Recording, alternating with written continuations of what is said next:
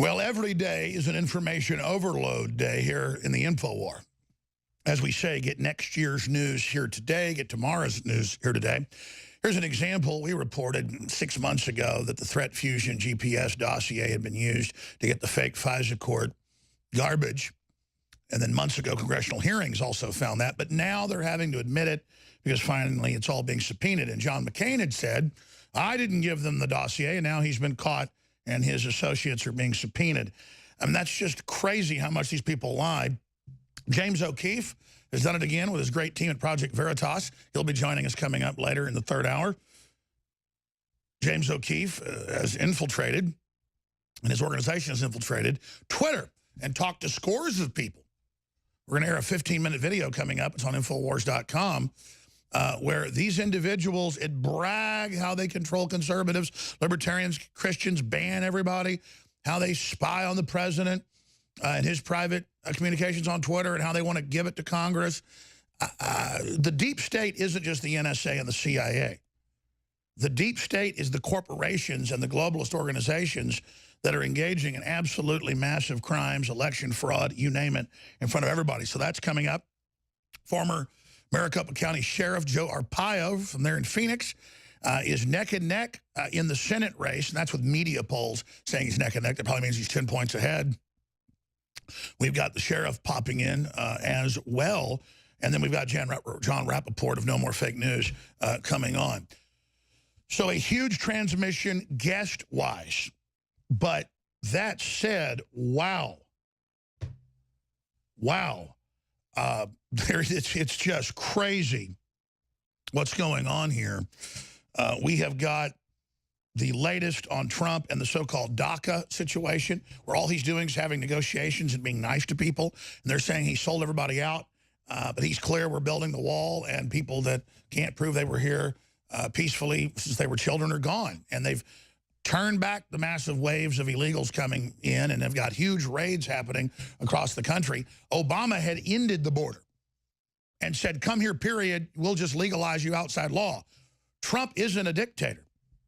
And so he can't just do everything we want. He has to get Congress to agree with him. And thank God he's got the trifecta. He's got the legislative, the executive, and the judicial, but for who knows how long. So people can get easy points out there going, oh, he's not perfect. You know, he says he's open to debate and discussion. That means he sold us out when everything shows he does the opposite. And look, he's not perfect because he's not a dictator. And the media had articles yesterday going, oh, look, Jones wants him to be a dictator. No, I had Mark Faber on, the economist, Dr. Mark Faber, saying, look, Trump's doing an incredible job, but he's not a dictator. We're not saying we want him to be a dictator. We're saying he has to work with Congress, as Ron Paul has said many times. If he would have won for president, he wouldn't be a dictator. So it'd still be hard to get a lot of stuff through. You have to marvel at what Trump's gotten through. And look, it's not about marveling just at Trump. It's about appreciating how far we have come. So that is just some of what's coming up. And then we've got massive news on the Islamic invasion and the globalists being behind that. We also have Trump's new nuke posture. Draft allows nuclear response to conventional attacks and new warheads.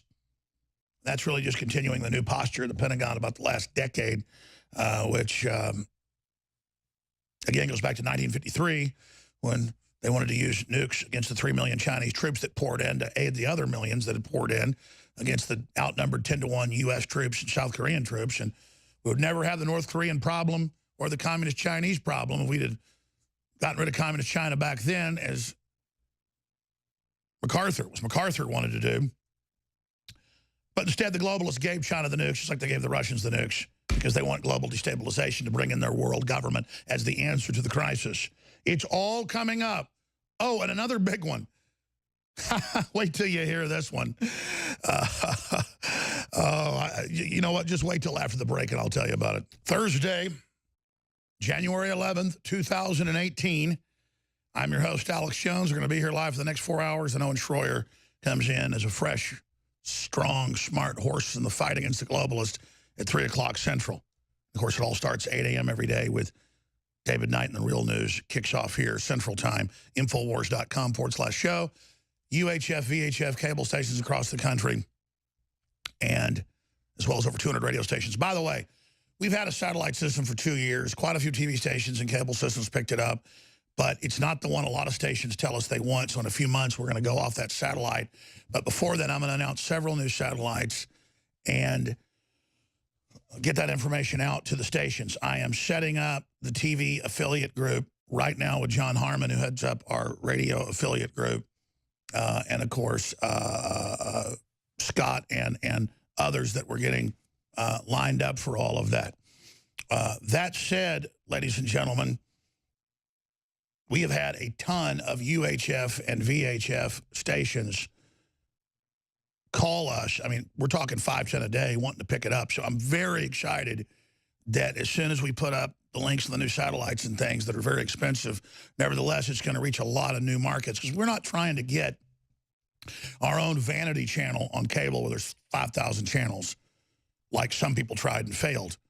I'm not a rocket scientist, but I knew Glenn Becksteele was destined to fail, because it's not the old days where you go pay for a $20 million channel and it doesn't have carriage rights. That means it's not on the lower peg the first 100 channels or so, so nobody watches it.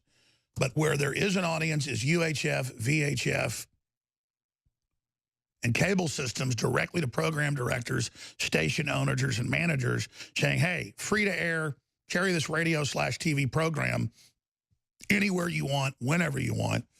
And I intend to basically have it be free to air where they can play over all the commercials, you name it. I just want to get the information out to the people during this critical historical time. So we're getting the people in place right now, trying to hire the folks, get them in place so that we can launch that. It takes capital. And I get so busy in the fight here that I hardly even plug products or talk about things. But we have amazing supplements, amazing water filtration, air filtration, Patriot apparel, books, videos, films, you name it. Speaking of that, we have joining us in studio today, Mike Norris, good friend of mine, famous director from film and TV. Of course, Chuck Norris's firstborn son, great guy. And he's written a powerful new screenplay, and it's been turned into a film, The Crossroads of Hunter Wild. And it's kind of a modern version, very powerfully done, of Pilgrim's Progress. So a battle as old as time itself being fought at the end of days. We're selling the new film, direct to DVD, direct to you. It's also going to air on national television. Usually things like the Hallmark and Lifetime channel, like his last films have, The Crossroads of Hunter Wild.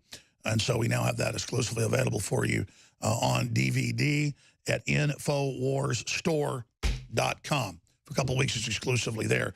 So Mike Norris is going to be joining us in studio. Sheriff Joe Arpaio, neck and neck in the key Senate race in Arizona. And, of course, we have the great, all these people are really great people. We need to celebrate them. James O'Keefe has done it again with his great team at Project Veritas. We're going to cover that first. He's joining us the third hour, but we're going to get into it right now.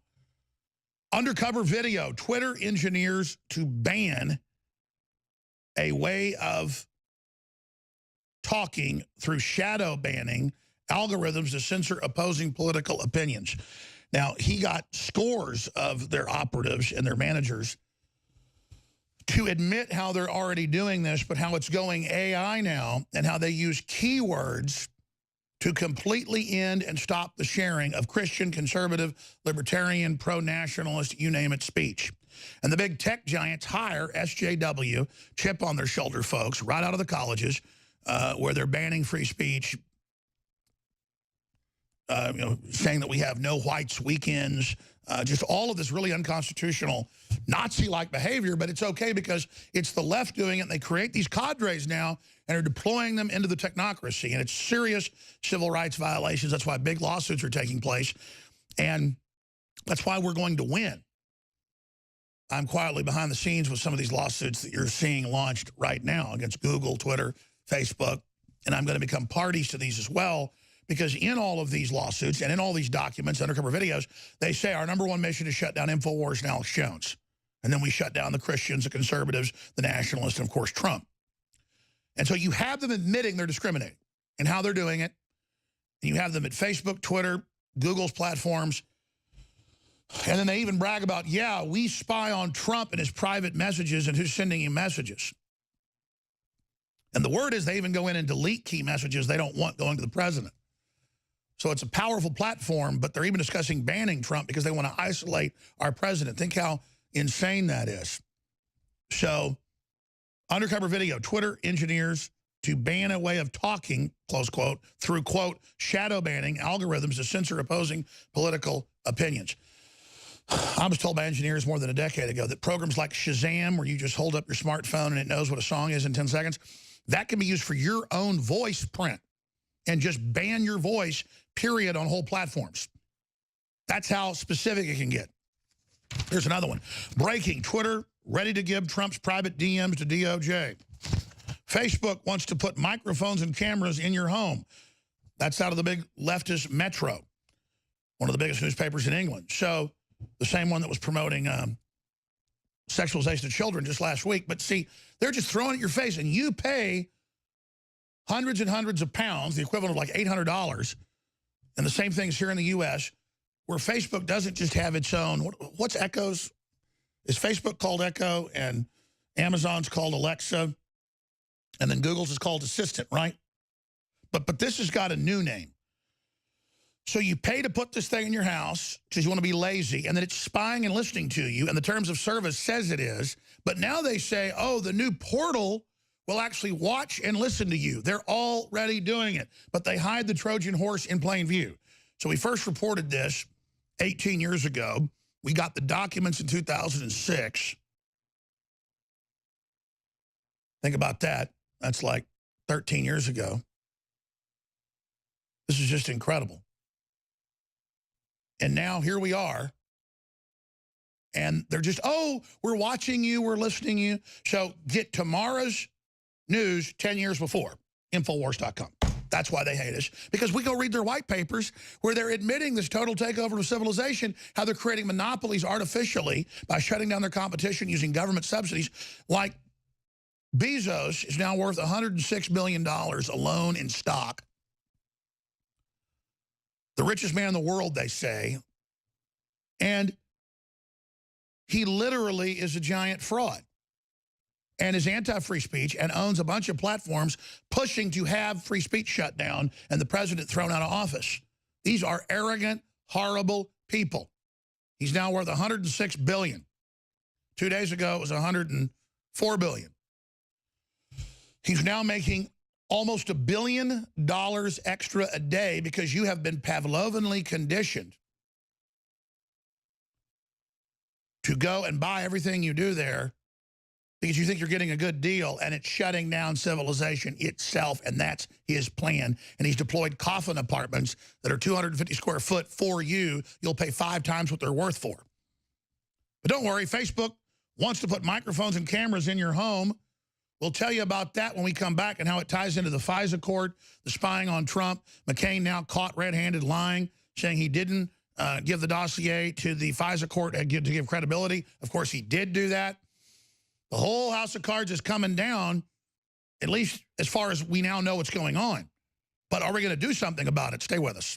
All right, I don't say this to brag. I say this just to be factual with all the audience who's been listening for a long time, or even people who have been listening 6 months. You can see 98% of the time, you get news here first because we are dialed in to corporations, to government agencies, to people on the ground, the very smartest, informed experts on the planet. We got Project Veritas coming on. We got Sheriff Arpaio coming on, neck and neck in the Senate race, like the Phoenix coming back from political death, literally the Phoenix, pardoned by the president. You learned he was going to get pardoned here. We pushed for it here. We get the intel of the president, just like the Assange info is now a story on Drudge Report. We told you he'd be getting his passport soon. We told you the way was getting cleared in federal courts by the president for him to get basically a shadow pardon. And now it's happening. He's been issued the visa to basically go to Switzerland. So there's so many things we tell you that are on target because we know what we're doing. But that's why we're under attack. That's why they have congressional hearings saying they want to ban us. That's why in these internal Google videos and YouTube videos and Facebook videos and Twitter videos, they call everybody else Christians and conservatives and traditionalists and nationalists and pro-military groups and pro-America groups. But they only say really a few names. Donald Trump, Alex Jones. Donald Trump, Alex Jones, because what we're doing is what scares them. And I'm not up here going, oh, look, I'm the big swing, and you know what? I'm number one. It's what we're saying is on target. That's why they're fearing it. So it's the information that sets us free. It's the truth that sets us free. So I'm saying we're under massive attack. I mean, can you imagine what Soros and the Democrats and the globalists do behind the scenes? I'm not going to make a big deal about it, but they infiltrate, they do stuff, they punch people's buttons, they go for people's weaknesses, they come after us. And by the grace of God, we've made it through a lot of stuff that one day I'll write a book about. It's epic, okay? But know this, your prayers, your support, your financial support is the seawall that has held up against them and all of their censorship and their attacks. So again, from the bottom of my heart, I want to thank you all. And I just want to ask you to recommit, and if you've never purchased products from us, to go to InfoWarsStore.com.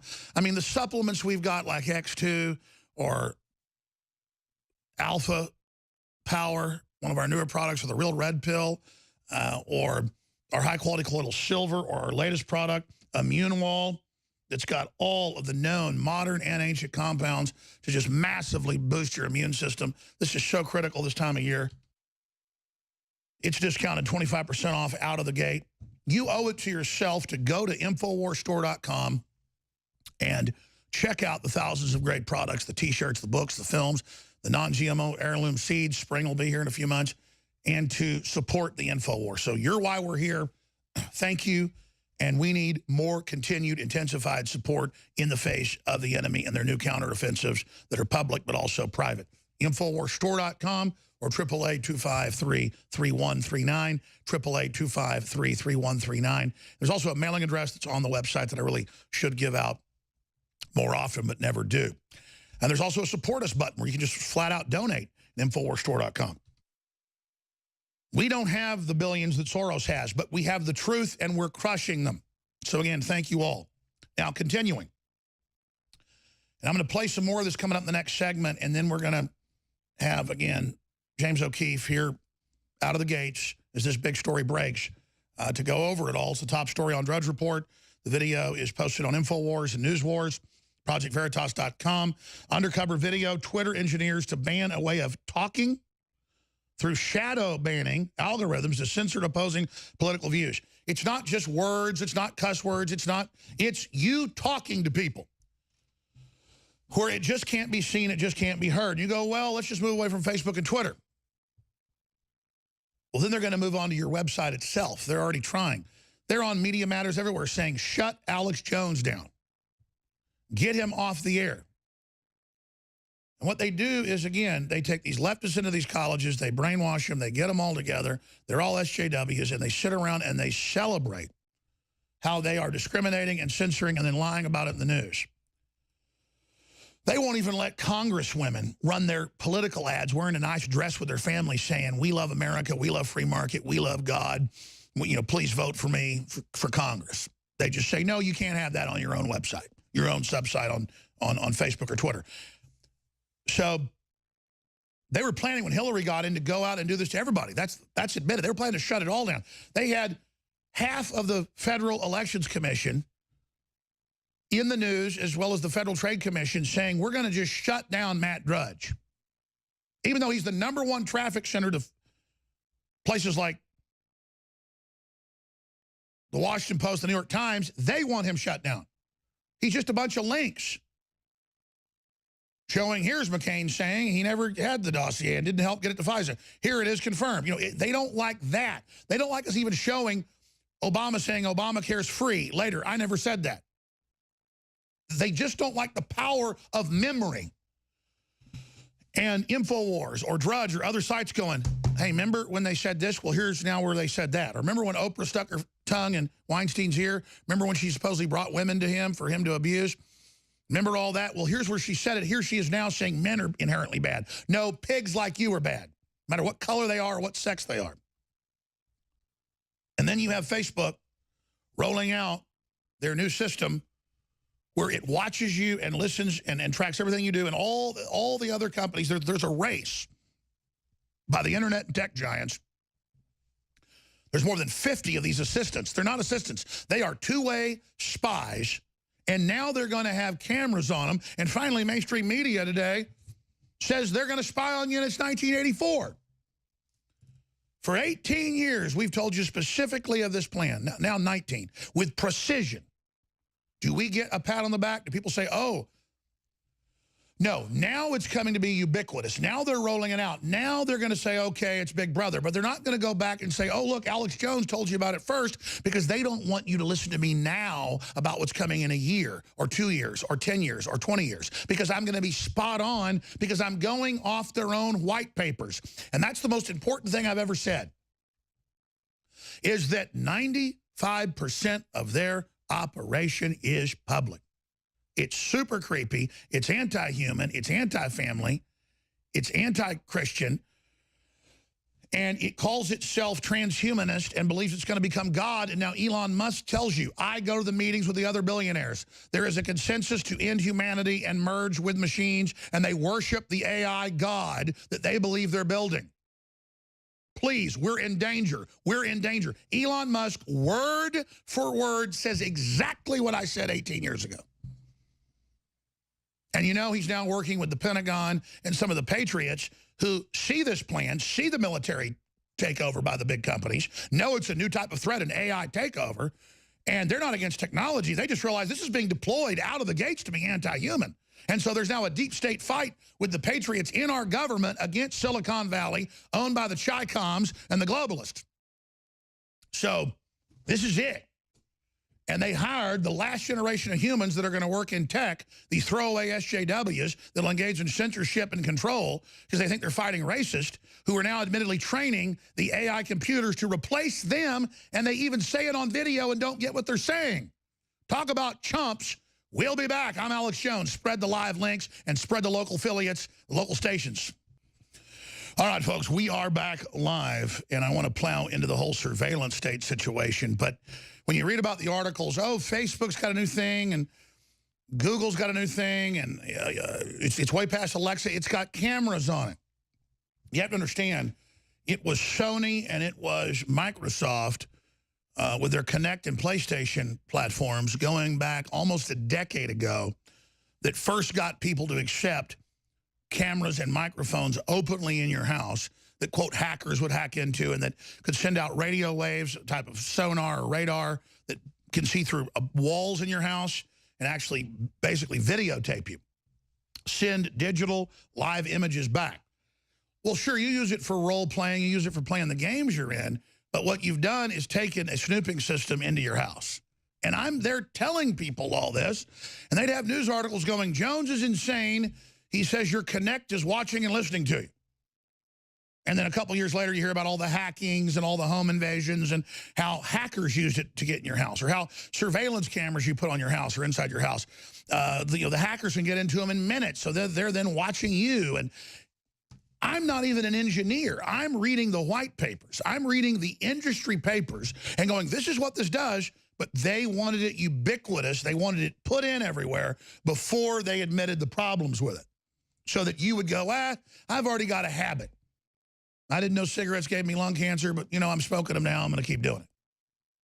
Now, that's how it was back in the 20s, 30s, 40s. But by the time they told you, hey, this will probably kill you, well, I'm already addicted. That's just the way it is. And it's breaking down civilization. It's breaking down societies. It is absolutely destroying the fabric of human communication. And suddenly, when they know it's pretty much too late for a lot of people, then the Facebook and Twitter and Google execs come out and say, you know, we're really sorry. We set out to make this addictive and to control the dopamine in your brain and little rewards and things to make you spend all your time on this so we can control your life and make you depressed and control you. But people are like already addicted. They're like, I don't care. It's like selling kids at the playground when they're 10 years old, drugs for 6 months until they're totally strung out and addicted. And by the time you've got them turning tricks when they're 11 years old for heroin money, they don't care anymore. You're like, by the way, I strung you out. It was wrong. I did it. I'm sorry. My name's Sean Parker. Forgive me. Because by then, they're going to organize the rehabilitation centers and the think tanks that they've already beta tested to help get you out of all this and to help you back into society. And they're, of course, going to be globalist bent as well. South Korea already has them. Japan already has them. Universities are already studying them here in the U.S. This is a re-education camp program where you're reprogrammed, where your brain is brought into a arrested development near sleep state.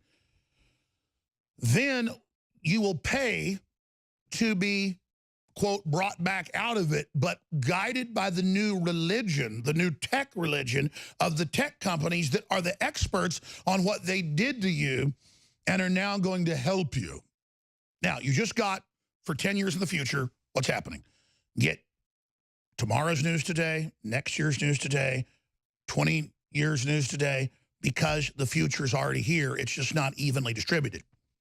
There are spots of high tech in corporations, in government, in military, in other systems that are 30, 40 years advanced. They've already tested it. They've already rolled it out. They've already looked at it with focus groups and psychological testing groups and used it on prisoners and tested it on animals. They've looked at every facet to prepare it for rollout. They don't just roll this stuff out without first having a blueprint and seeing where they're going. But they didn't count on you. They didn't count on me. They didn't count on executives of Time Warner and of Google and of major firms really being concerned about this and blowing the whistle starting about 25 years ago.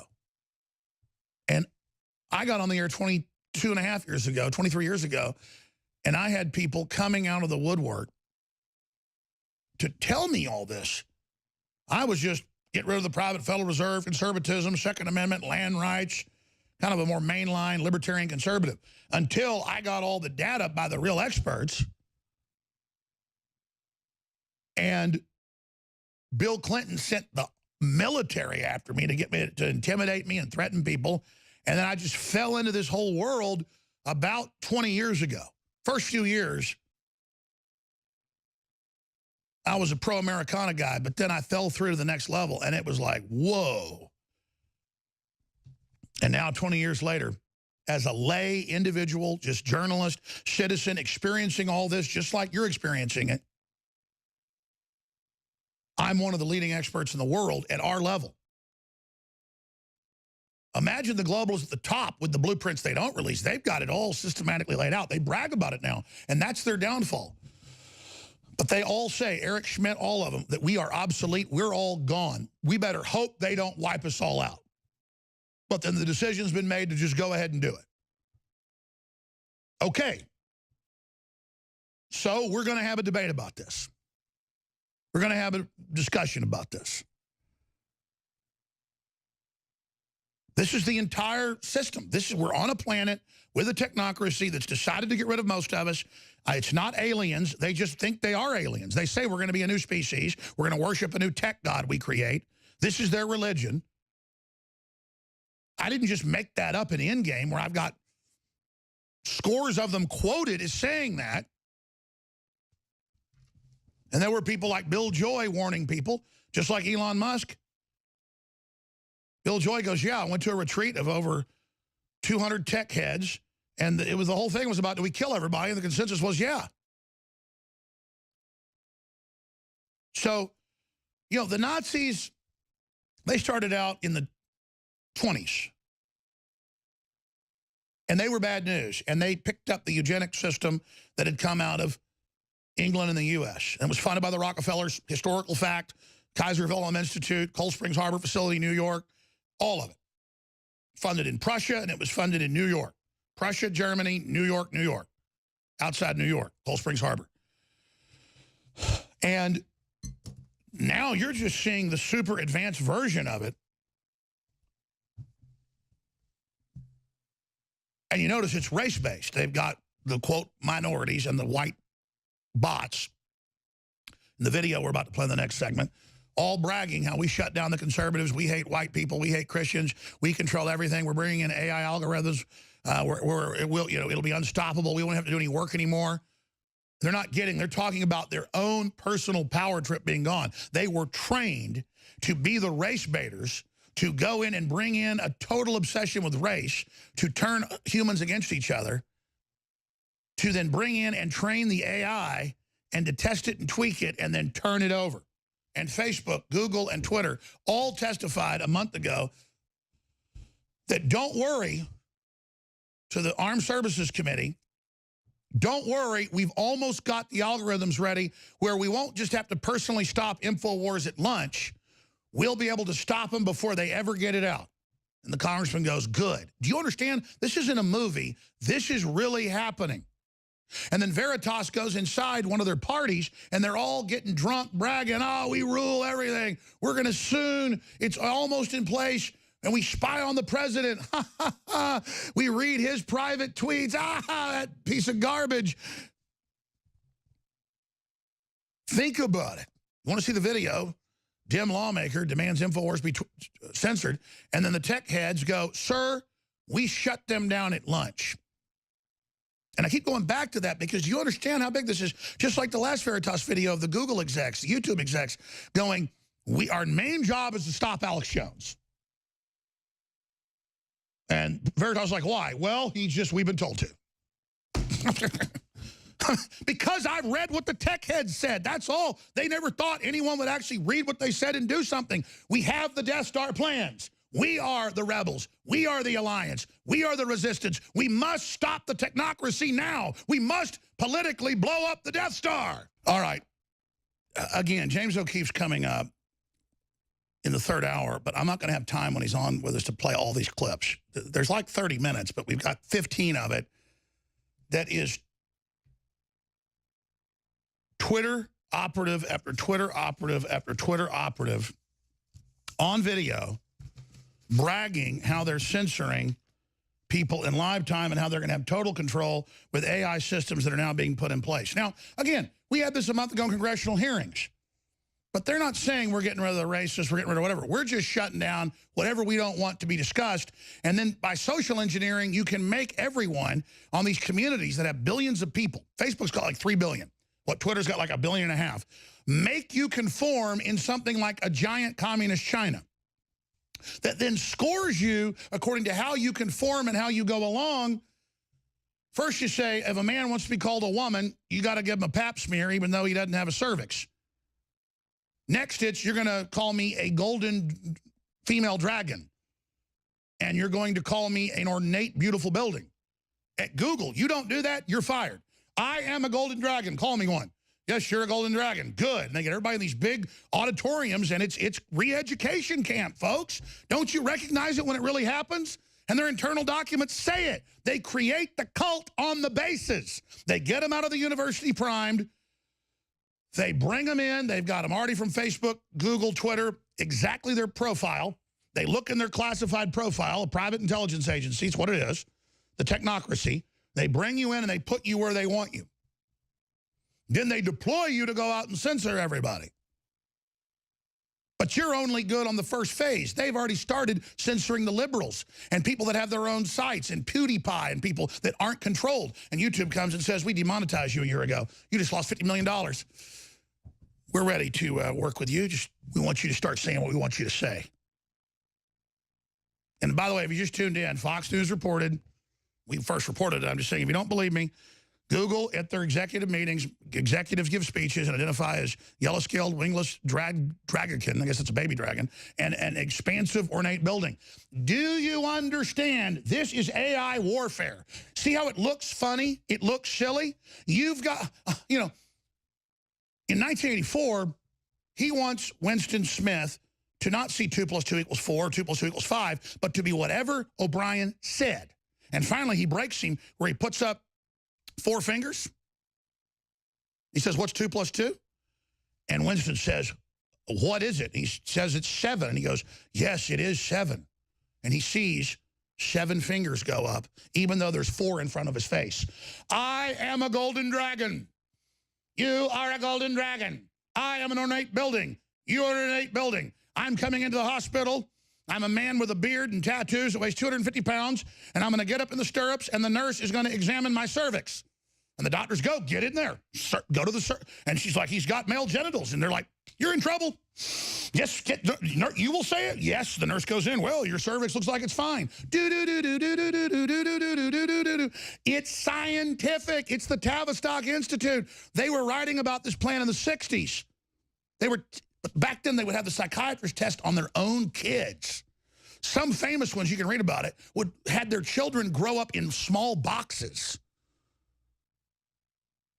so that they would be totally controlled by whatever the stimuli was put in. You can't make this stuff up. Ladies and gentlemen, this is high-tech psychology targeting children, targeting adults by a group that wants to totally jackknife humanity, where we're so cattywampus that we can't even get our shoelaces tied. This is how they take us down. This is it. And why do they want me shut down? Because I'm nobody. They said all this. They're doing it. I'm simply going, red alert, red alert, red alert, red alert. Here it is, here it is, here it is, here it is, here it is. This is how you stop them. The Kinects and the Xboxes, I told you before, 2 years before they came out, like 10 years ago. Look it up.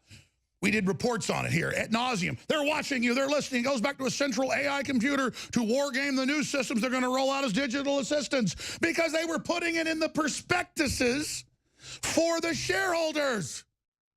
How did I know exactly what was? But remember.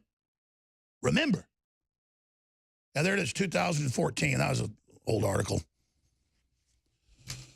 Government spies on you through Xboxes. Yeah, that's a regurgitation of something like 6 years old at that point. The point is that, yeah, that was in Snowden. Yeah, well, yeah. Show everybody this. That's in Snowden's documents in 2014. Now, type in Infowars.com at the end of the search and type in connect to spy on you. And you will see it from 2009, if my memory serves. I want you to see that you got from us what was in the Snowden documents years later. New Xbox reportedly won't let you play unless it can spy on you. Adon Salazar. That's 2013. I want to keep going back here. Okay? Yes, of course we were first, but you have to go back to before it even came out. And I'm not bragging here. You have to see, you have to understand why they're so afraid. Because if this ever takes off what we're doing, it's already taken off with Trump and nationalism and everything else, it's over. Their plan is very easy to defeat if you admit you've been inserted into it. But you're meant to not know it's going on and just be eased into it and just accept it as your environment. And then they believe you will adapt to the new environment that's artificial and then be captured within their artificial environment. End of the species. End of line. And these idiots are building the machines that will take over, like in Tron. He's been gone for a few hours. Executive comes in and is bossing the AI around. He goes, listen, I'll set you up with your bank accounts and have you in prison for all the fraud you're engaged in. He's like, you weren't like this an hour ago. And he goes, I'm 2,973 times smarter than I was before that. I'm in charge now. End of line. Means get out of here. So I didn't get to that video. There's so much more to get to. And we've got Mike Norris coming in here with his great new film and some more great Chuck Norris stories. And we've also got so much more. I haven't even gotten into all this. How they're spinning that Trump, again, is selling us out on DACA. He's getting ready to do the deals. He isn't a dictator. He's got to get Congress to work with him. He's already cut back the immigration 70%, deported millions of people that were here illegally. Hundreds of thousands of Hondurans just got cut off 2 days ago. They've got all these record raids going. And he's saying, if you really are been here since you were a kid, you're not a criminal, or and you can prove some of this to the court, yeah, we'll let you stay. That's what he said during the campaign. But again, people can get points, and I'm not knocking them, but conservatives going, he sold us out, but I'm not. I'm Ann Coulter, and I'm never going to sell you out. Well, you write news articles, sweetheart. You don't have to get Congress to do it. As of now, he killed Obama's unconstitutional DACA that said anybody that can get here can stay here and then bring your family in. That a 45-year-old man with no proof could just come here and say he was born here or was here when he was a little kid. So the proof's in the pudding, and the court's battling the president. So that's all coming up. But whatever you do, they're censoring us. They're attacking us. And my fight is your fight. If they can shut down InfoWars and block sharing the live links on Facebook, YouTube, Google, share them. If they block you, do your own video. Report on it. Fight the censorship now. Don't kind of go along with it and hope they leave you alone till later. I mean, I had Facebook, again, about 2.5 years ago, got contacted by other people off record.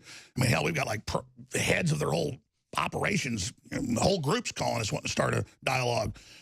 It's like the red line across North and South Korea. So the North Korea calls over here, but they always just kind of want to, you want to fly to New York? You want to fly here? It's like, we're going to give you this thing. It's just now coming out. Nobody's got it yet, only like 100 people, and you're going to have millions of viewers. And it was millions of viewers every day. And they said, just leave us alone.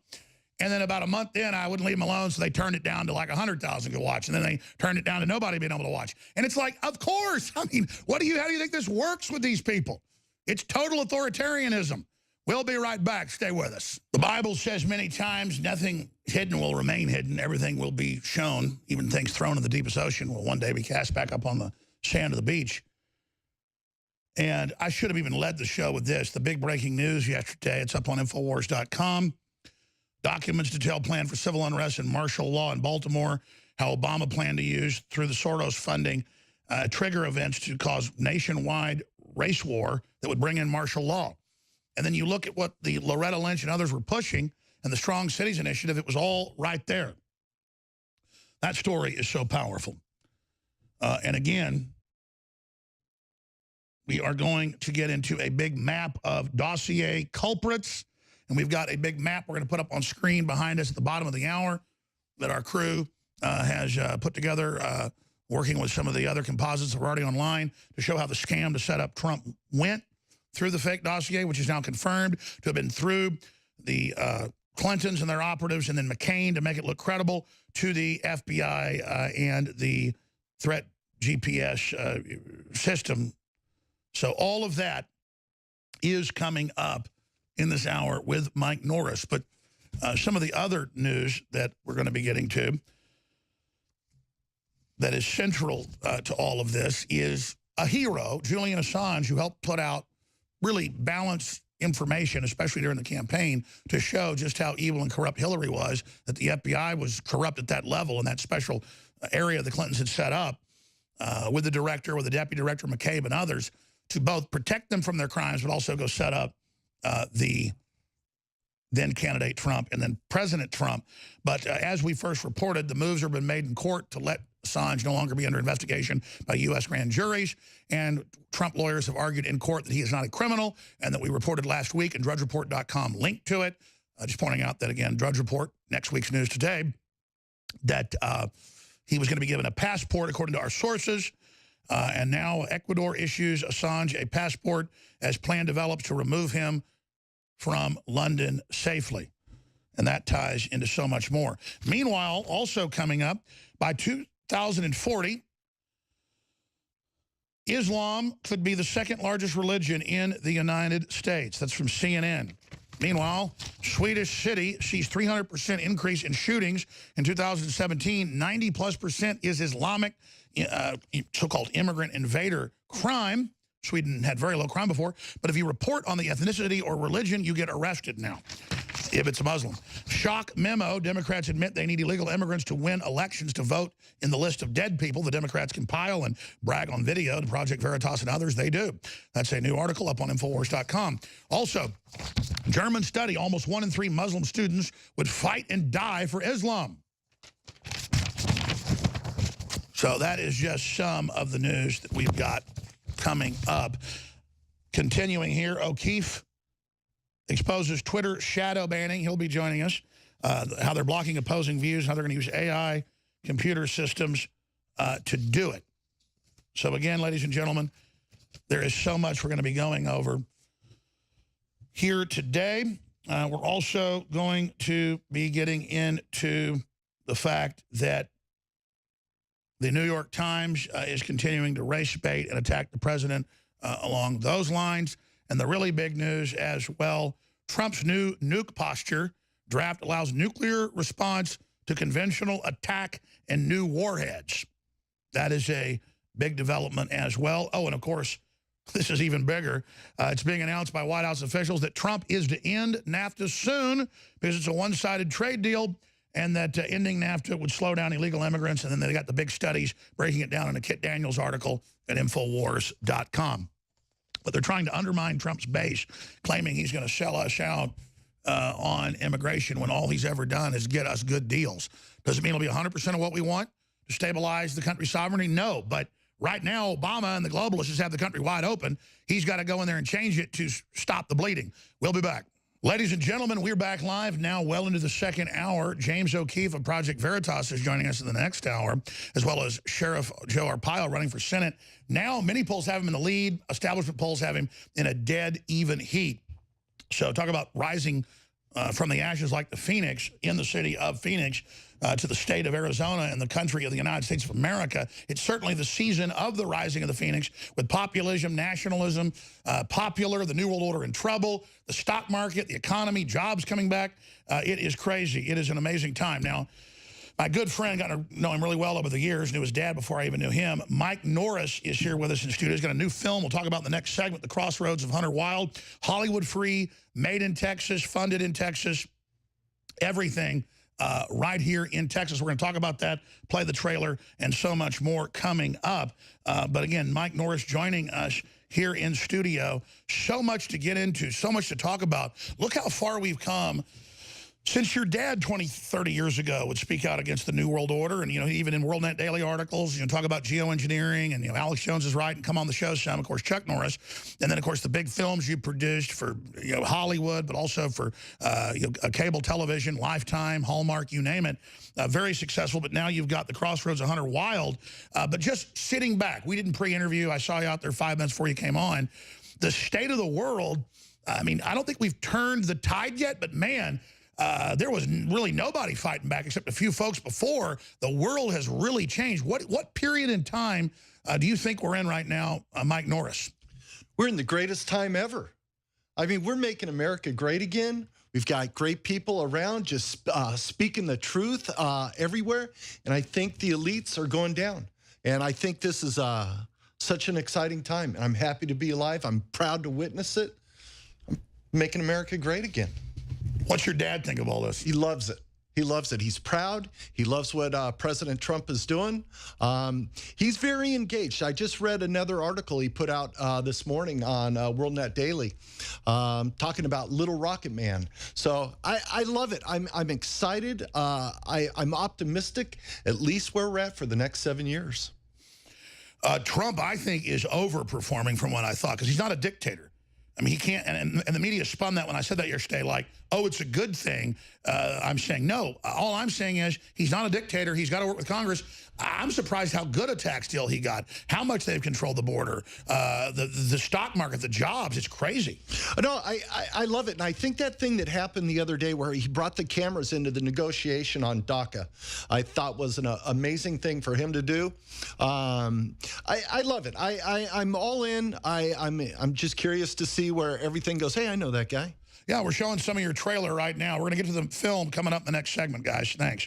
Again, Mike Norris is here with us. You're seeing some on screen of the film we're going to talk about later, The Crossroads of Hunter Wild. And we're going to get your headset plugged in, too, so you can hear it at the next break. Expanding on that, I mean, you've made films about the globalists, the New World Order. You've been speaking about it for decades, fighting it. This is super positive, but they are striking back. Yeah, absolutely. And the thing with this film, Crossroads of Hunter Wild, after we did Amerigeddon, that was such a large film. It took a long time, big budget. What I wanted to do was kind of strip everything down and really get into a story about what would the world look like if civil war actually took place, everybody factioned up, and a spiritual warfare broke out within our country. And that's already happened. Yeah, no, it's starting. It's starting. But, you know, a lot of it had to do with the way you were talking years ago about the demonic entities of not only Hollywood, but the government, everything. Hey, if there's a God, there's a devil. And the devil is after believers all over the country. And we've got to be prepared, and we got to be ready to fight for our faith, for our country, for everything. But that's the thing with Crossroads of Hunter Wild. It deals with the spiritual battle that could take place within us. And we're going to play the trailer and talk about it next segment. The reason, and I'm glad you raised that, we just got the documents here, and we've got all the public statements by Antifa about rising up, taking over, triggering something for martial law. This is really what they're pushing. So a very, very timely film. When you see them failing, though, on every front, when you see Soros starting to fail, what do you think they're going to do next? They're not going to give up. Man, you know, Alex, I wish I knew. I really wish I knew what they were going to do. They're not going to give up. I'm a little nervous to see, you know, what the millennials, so to say, you know, I think they're so brainwashed that they will follow anything without any thought to it. So a little curious to see what happens with them, but you know what? We're going to kick their butts everywhere. We're going to beat them, Alex. We are going to win this battle. Absolutely. And, of course, none of us are going to save the world by ourselves without God's help. But every little thing we do sends ripples out. And if you look at, Generation Z is more libertarian, more Christian, more conservative than ever. So, I mean, it really is the millennials. A lot of them are great people, but some of them that have been so brainwashed, and then some of the globalist controllers above them that are fighting so hard because they can see the writing on the wall. Yeah, no, absolutely. You know, it was interesting. I was speaking with a friend of mine, Richard Berry, and what we did with Hunter Wild was we took it out and we did church screenings all over Texas. And I was coming back and I was just feeling a little, confused. Something was going on with Trump. I don't remember what it was. And I called him. This is a guy I've never met in my life, but we spoke on the phone, and he's in Orange County. Full conservative, loves Trump, but he's got to kind of, keep it under wraps out there. And I was going, what's going on with all this Twitter? You think this is really necessary?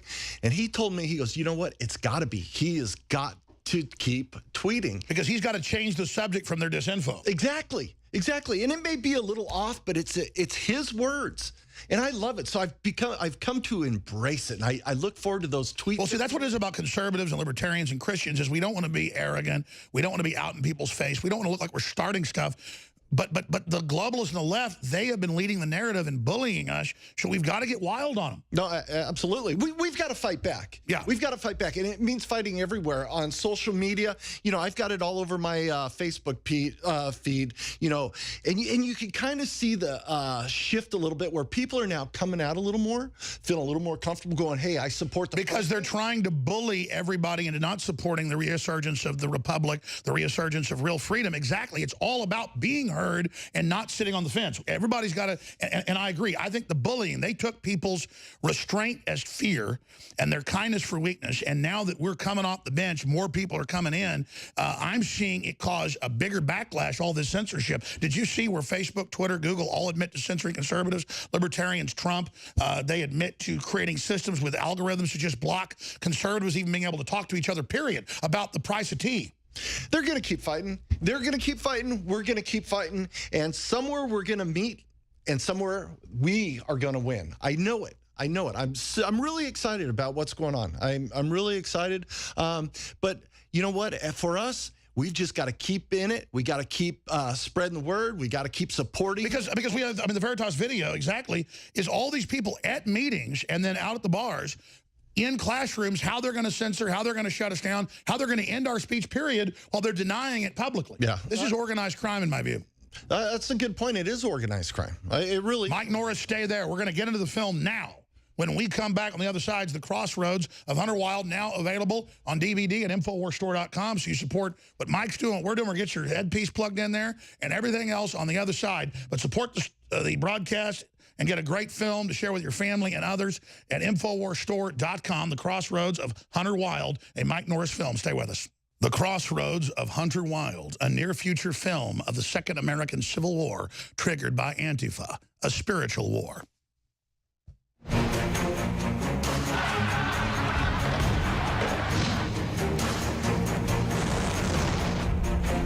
Everything's falling apart out there, huh? Preparing for it's one thing. Living it? Confusion has got a grip on the town. Why are we still here? How do you fight something you can't see? Prayer? The world turned their back on God a long time ago. Is it not possible God said, enough? Your Bible can't help you now, can it? We shouldn't have been raptured. If we close our eyes to what's going on the outside, we're going to wake up and the enemy is going to be right here inside of our gate. The enemy's not afraid to kill, but it's nothing compared to the battle that's to come. Is he dying? We fight against spiritual wickedness in high places. And our only weapon is prayer. Call out on your God all you want, but he is mine. This thing has no authority over you. Fight it. I want Hunter Wild. You believers are our greatest prize. So is this kind of like the Pilgrim's Progress? Yeah, a little bit. But a modern version? Yeah, absolutely. It was kind of, I kind of borrowed from the Screw Tape Letters a little bit.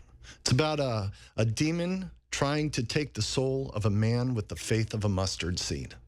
And it's very simple. I just wanted to really just go tell a story. Well, I got to say, it all looks excellent, but it looks first rate, the riot scenes and stuff. Wow. Sorry, go ahead. Yeah, no, and you know, I just wanted to create a world of chaos. And I was trying to think, you know, at the time I was writing this, I'm going, man, you know, the election had just happened. There was a lot of chaos and confusion going out.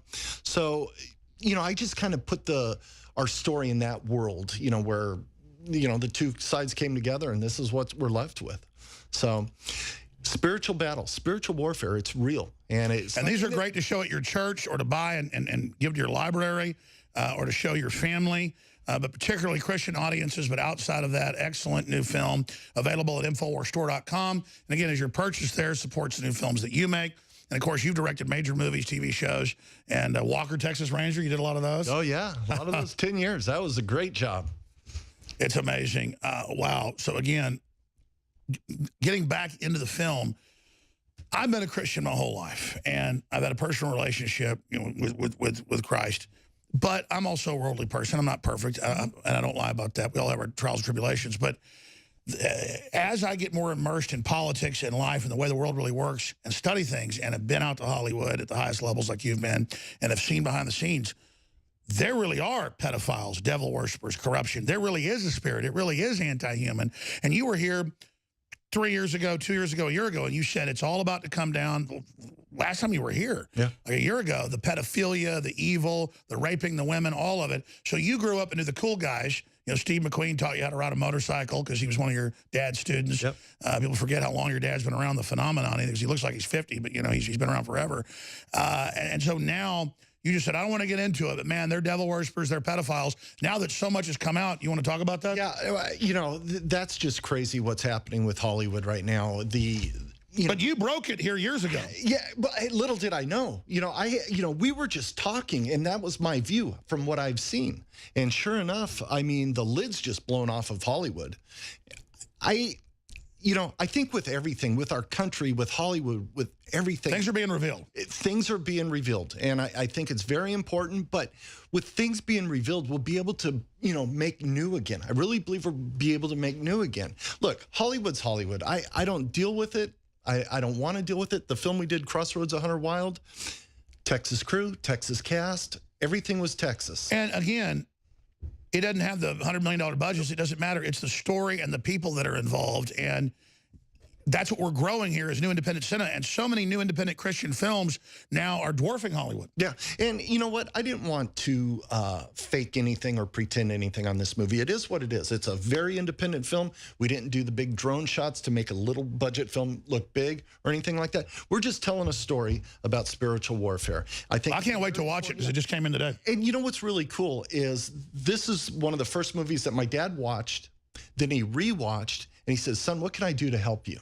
I said, hey, if you could just say anything, you know, about the film and we could help us put it out there, that would be great. And sure enough, he did this great video for us saying, hey, this is one of the finest films I've seen. Do we have that video? Do we load that video in? You got it. Chuck Norris approved. Yeah, let's go ahead and play Chuck Norris approved, The Crossroads of Hunter Wild. I should have started the whole interview with that, baby. I've got a list here of some of the videos we're going to be playing. Go ahead and roll that. Oh, my special little demon.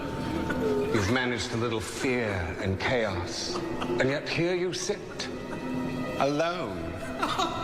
Chaos and fear, or a time-honored operative's tool. So a panic, doubt, pride, lust, political distractions, these are but the afterthoughts of good field operations. Is this all you desire? I have spent a millennia in the field. A millennia is but a speck of time. No!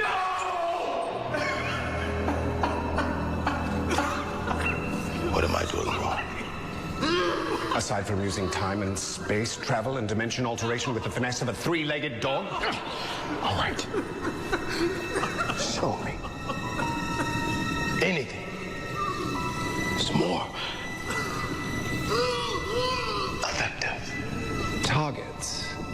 like Hunter Wilde, thrive on chaos. It creates an adrenaline rush which simply focuses him, not on us. The more you fling at him, the less likely he is to succumb. That will not be enough to drag him back to your cage. I want to keep you down, but you've chosen a very tricky human. And again, that's another part. We're going to come back with Chuck Norris approving, Chuck Norris talking about the film. That's kind of the screw tape letter angle of the demons, which is riveting, figuring out how to manipulate and control humans. Yeah, it's what they talk about, the things that they use to create chaos. They use political distractions, they use pride, they use all these things that infiltrates the believer or just the Americans that kind of sends them off kilter a little bit. So, yeah, it's... Well, this is a film I'm definitely going to show my children, particularly because they love God. I try to talk about God. We try to read from the Bible, but they still just get caught up in the world, and I can tell that's really what they need. Yeah.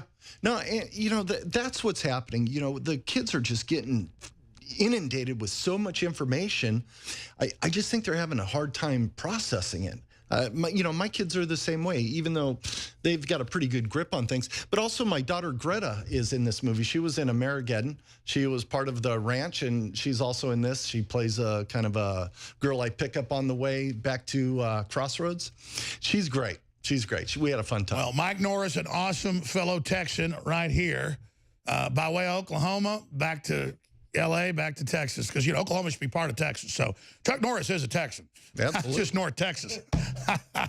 Ladies and gentlemen, we are back live here. So much breaking behind the scenes. Sorry I got in late to the studio here, but we were dealing with massive censorship taking place all over the country, all over the world, and it's being exposed. Mike Norris, filmmaker, great Patriots, riding shotgun with me. He was telling me during the break about a really exciting documentary film coming out that's going to be coming to Austin that I also want to get into if you want to, about the Snake River. Who didn't want to talk about that? But look at this. He's joining us next hour. Twitter caught silencing O'Keefe amid censorship expose with O'Keefe suspension. Twitter confirms authenticity of Project Veritas videos. Well, they have congressional hearings saying they want to censor everybody, and they're doing it, and that they're spying on the president on Twitter with his private messages. I mean, these people, this is a coup. The big tech companies have basically brainwashed a bunch of people they finance in the universities, and then they bring them out and put them in charge of a huge un-American takeover of massive censorship, and they're on video having power trips, Mike Norris. I'm blown away by this. Thank God for Project Veritas to be uncovering all this stuff. And I'll tell you what, everybody's got to watch what they say no matter where they're at, because somebody's listening. On my iPad, I got tape over everything. I tape on my iPhone. I protect myself. I'm very careful about what I say and when I say it. Well, I remember 18 years ago having film crews inside my house, and they go, why do you have your webcam covered? Because back then it was just webcams. And I said, it's well known that hackers get into those governments. They just laughed at me. And I said, no, it's been in university studies. And again, but we don't get praised a lot of times for being right decades before. It's actually like we're worse because we were right. Yeah, and, you know, it was interesting when I was driving up here today. You know, I was thinking back to, what 20, 25 years ago when you first, or 30 years ago when you first got started. And things you're saying, like I was saying, Alex, exciting time, because all this stuff you've talked about for all these years is happening right now, way ahead of schedule of what you've said. I'm just very excited to see how this all shakes out. It's a little scary. It's exciting. But here we are. You know, we got to deal with it. Mike Norris is our guest here in studio. I've got so much news to get to here, but you've always got a lot of interesting stuff going on in your life, your perspective, stories that you've heard about, things you've personally witnessed. I'm trying to be positive because there is a lot of positive news out here as well. But if you pull back from it, and you see how we just put up with all the censorship and put up with all the tyranny, what do we do about all this? Shoot, Alex, I think individually, knowledge is power. I think that's one thing that people really need to understand is knowledge is power. So they need to read. They need to be informed. And I'm really lucky that I've got a really amazing group of men around me that are very knowledgeable. Gary Haven, this is somebody I could go to going, what's going on, Gary? And he'll strip it all down to where I can understand. And then there's the footage of him with the crew landing on grass runways during a hurricane to help people in Haiti, the first airplane in. And later in the day, somebody dies trying to do what he did. And I'm like, wow, the crews, I mean, the footage we've got is incredible. Oh, I know. And he was in a standoff, I think, with the United Nations or something. I saw some pictures where, because I called him up. I go, hey, what's going on, Gary? He goes, well, I'm in a standoff with the UN right now and some cartel people. I'm going, what? Never a boring moment with Gary Haven. Never. And he doesn't even make a big deal about it. No. Oh, never. He just got his cigar and he's ready to go. He's an amazing, amazing man. There's two men that have really shaped my thinking, my ideology, and that's Gary and my dad. Those are two men that I look up to so much.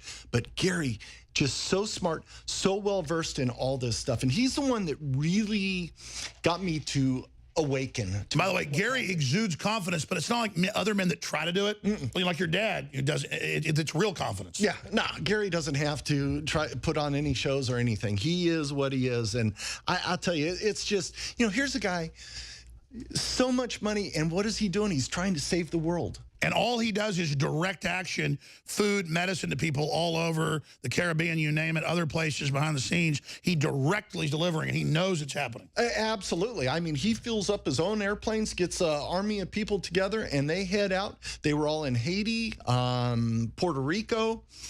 He's the man. It's so exciting to just kind of go into his orbit and see. Look at this landing right here. Oh, yeah. Yeah.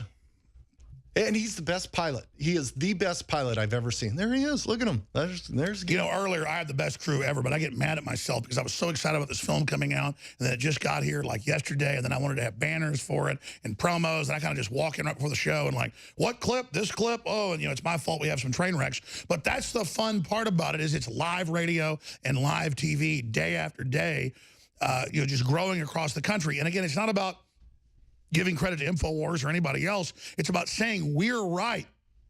We really know what we're talking about. But now we've got the banners up. This is what a second American Civil War would look like. The Crossroads of Hunter Wilde, a Mike Norris film, now available at InfoWarsStore.com. And listen, when you get excited about films, folks, we sell tens of thousands of them. That sounds like a lot of money. It's not when you're trying to pay for a film, trying to produce it. It's not when you are trying to fund an operation like this.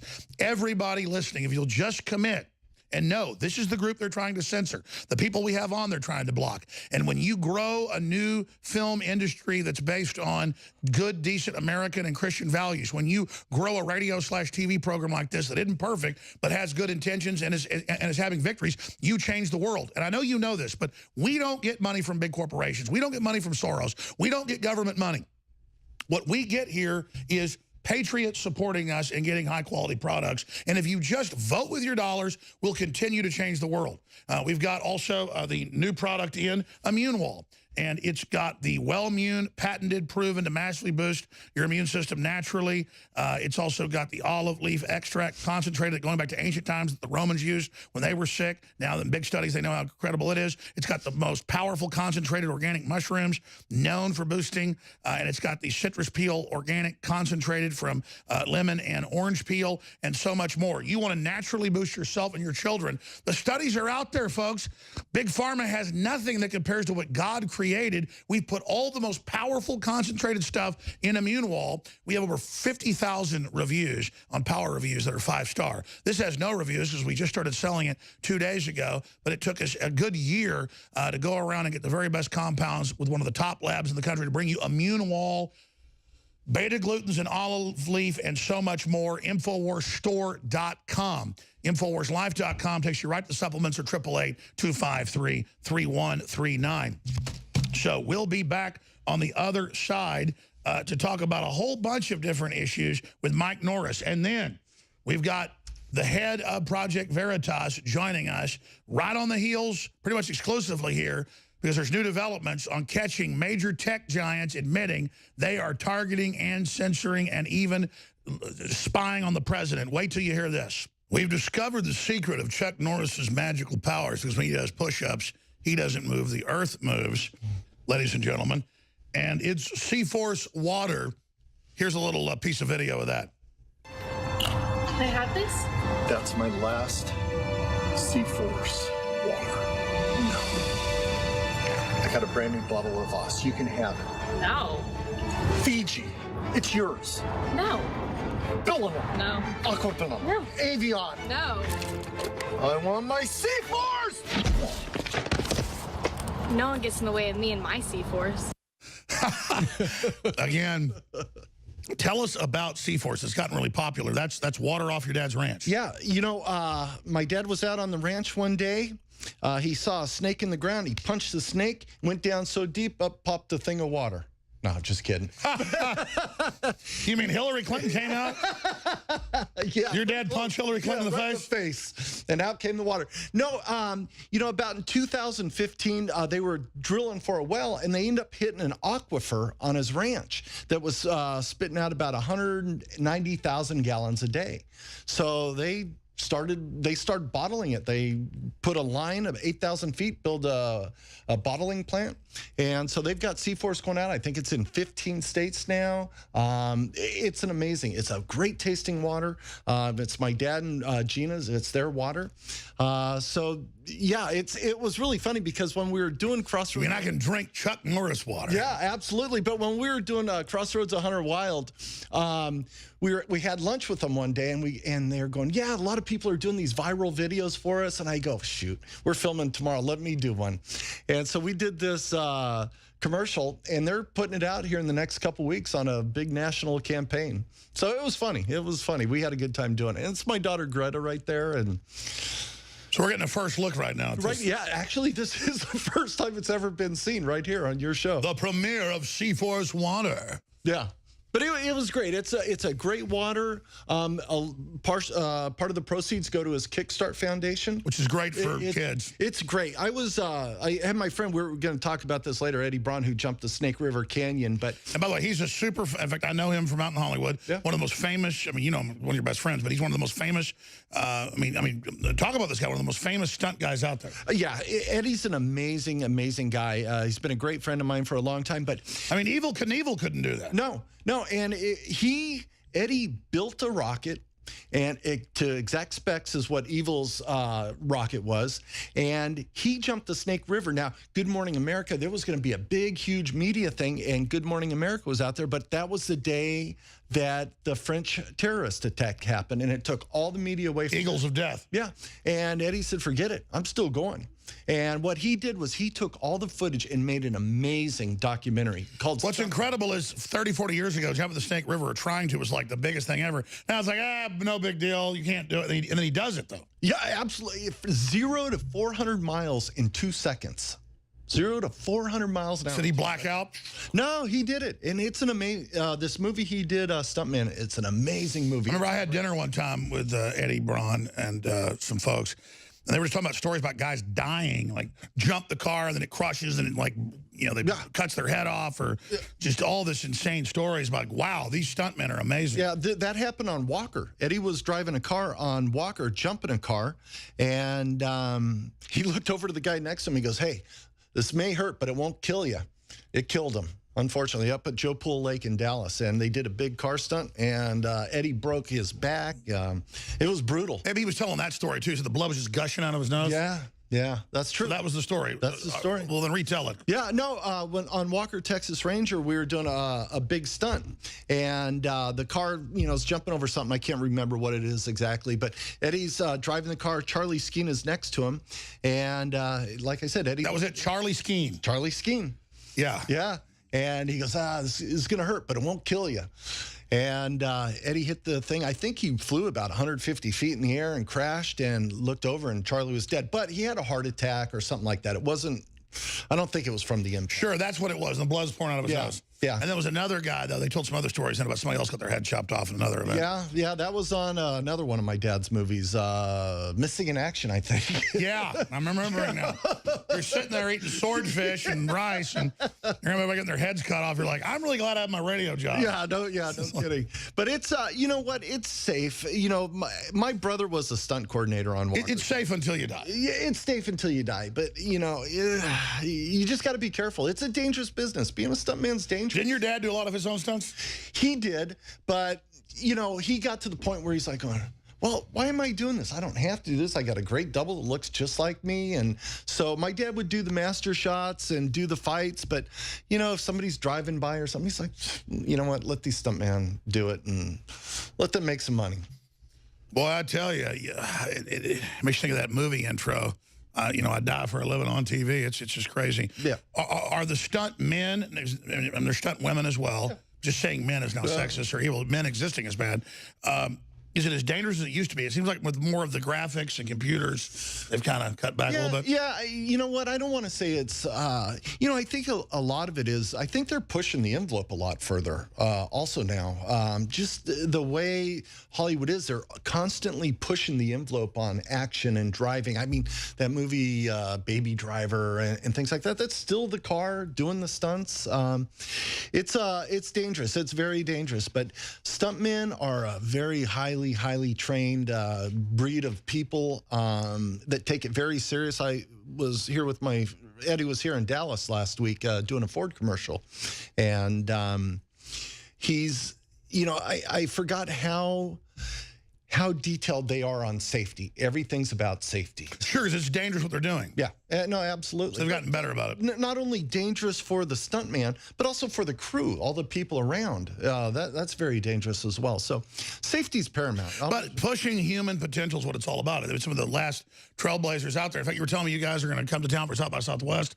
Yeah. We'll definitely hang out for that. Yeah, we're Eddie Braun's coming down here. He's screening his movie down here in Austin. He's going to have a whole array of crazy people coming with him. But it's going to be a big party. We're going to have fun. We're going to have a good time. What's cool in Hollywood, though, is everybody likes the Hollywood stars, but in Hollywood, the cool people, it's the stunt people that are the stars. Oh, absolutely. Like at a party or an event, that's what everybody wants to talk to. No, absolutely. You know, and it's been part of our world for forever. My brother, Eric, he's one of the top stunt coordinators in the business. He's doing Hawaii 5-0 right now in Hawaii, and he's amazing. That's a rough job.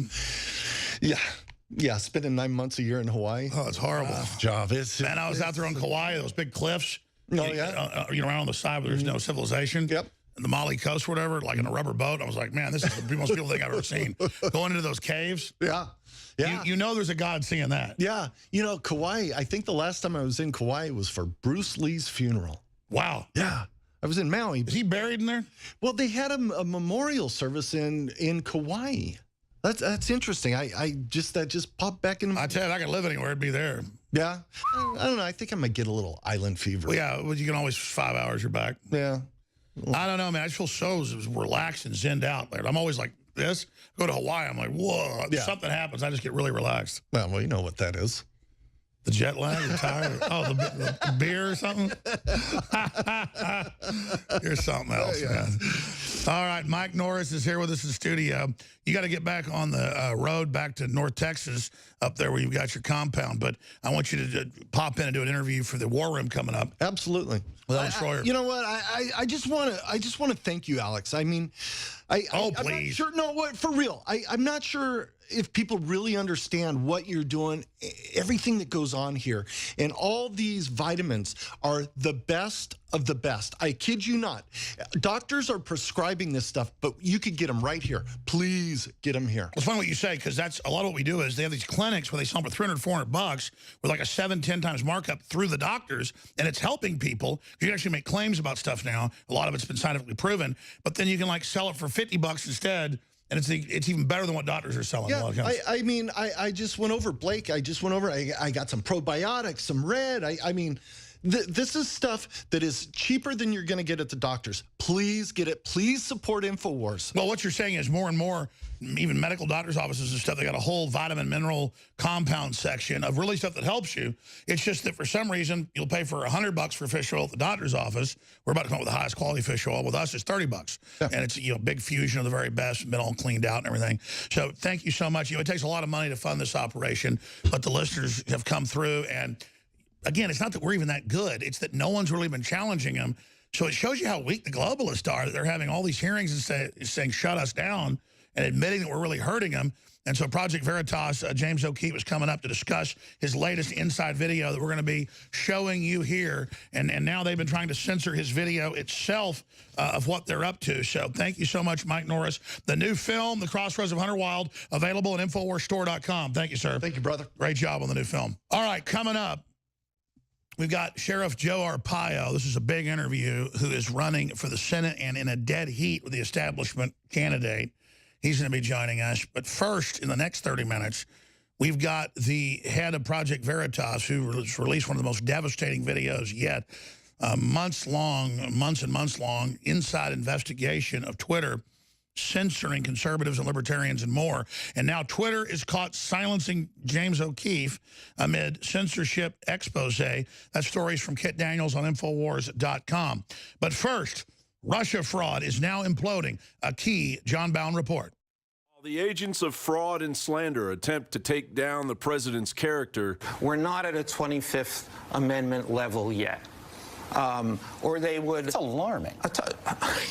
This is alarming in every way. And then this went on. Okay, this is a little 25th Amendment. So 25th Amendment is a concept that is alive every day in the White House. The president has this intensely loyal base, but is still unpopular with most Americans. No, it's been a concern for the White House for a while now that the president is surrounded by people who don't necessarily respect or like him very much. And the president, I think, is aware of that, and it bothers him. TD Bank has finally handed over the documents regarding Fusion GPS's Steele dossier investigation they were so desperately clutching to. The House Intelligence Committee subpoenaed the over 70 documents under a confidential settlement. Fusion GPS is appealing, claiming their employees' identities have been compromised. The Hill reports Fusion GPS officials have hit back at House Republicans, saying they do not believe the dossier led to the federal probe into the alleged ties between the Trump campaign and Russian election meddling. For more than 5 months now, we've had 20 members of the House Judiciary Committee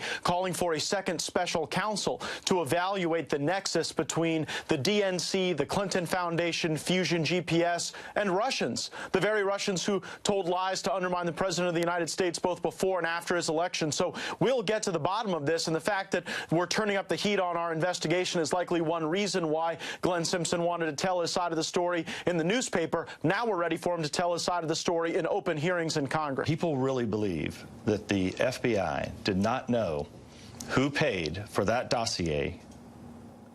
I've got a bridge to sell you. Why are they all coming out suddenly saying, okay, it's a total fraud, it's authoritarian, it's all a lie? Because they got caught and it blew up in their face. There's like 26, 27, depending on how you look at it, Justice Department and FBI officials who were all running the Russiagate thing. And then they basically all, except for a couple, gave money to their wives and husbands of government money in the millions to put out the PP-Gate dossier. The real crime is the millions of taxpayer dollars from the FBI and Justice Department to the wives and husbands of people at Fusion GPS that made it up. Making the entire matter worse, we learned that the FBI paid Steele an additional $50,000 to update the phony dossier. The Democrats want to talk about collusion. They want to talk about dirty tricks. This is the dirtiest trick I've ever seen. Also, a senior fellow working for John McCain's Institute is feeling the heat. Byron York, who flew to London in November of 2016 to retrieve the dossier, which unbeknownst to McCain had been floating around D.C., is now under subpoena for not being forthright. The Washington Examiner reports, in the session, Kramer told House investigators that he knew the identities of the Russian sources for the allegations in the Steele dossier. But when investigators pressed Kramer to reveal those names, he declined to do so. Now he is under subpoena. The subpoena directs Kramer to appear again before the House investigators on January 11th. This should make for some real fireworks as Fusion GPS reveals the inner workings of a multi-million-dollar political witch hunt that has backfired. John Bound reporting for Infowars.com. The authoritarians that are controlling this planet to a great extent, the technocrats, the big tech giants, they admit they're setting up something called a technocracy. And the definition of technocracy is an authoritarian world government that uses technology and the tracking of information to control what the general population does. Pull up your own definition. But it is an authoritarian system. And if you read about Davos and the EU and the Goldman Sachs, they all say, we are technocrats. We are technocrats. Now, I'd read that in their documents 20 years ago and talk about it. But you go read what they're saying publicly now. That's what they've set up. That's what they've established. And James O'Keefe from Project Veritas has been at the heart of exposing it. And as you can see, you're watching on television right now, he will be entering the studio here momentarily, kind of like I am sometimes. He's busy with some big breaking news, but he's about to be there here in just a moment. I sure understand having so many things in the air, so many pans on the stove that we're juggling here. So he's going to be joining us here in just a moment. But he didn't just catch him on tape a few months ago saying our main mission is to censor Alex Jones and the Liberty Movement. That was Google and YouTube. He's now, got the Democrats saying we steal elections, we bust in illegals to vote, we have them vote in the names of dead people. He didn't just expose all the other countless things like Acorn and bring that down. Just showing if there was more investigative journalists, we would have already won this thing. But we're starting to win. But we're just starting to win. We're starting to turn the tide. But now he's got undercover video that is incredible, that's on ProjectVeritas.com, Infowars.com, newswars.com, top story on drudgereport.com, at least the last time I looked this afternoon.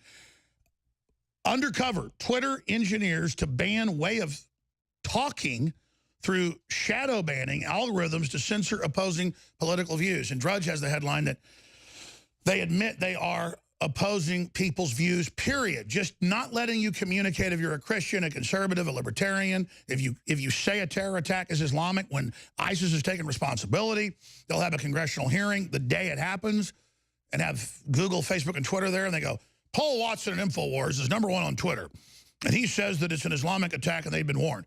And they go, sir, we banned it during lunch. I mean, so a lot of this is out in the open now, but this is incredible at their meetings, at restaurants. We're going to find out how long this investigation went.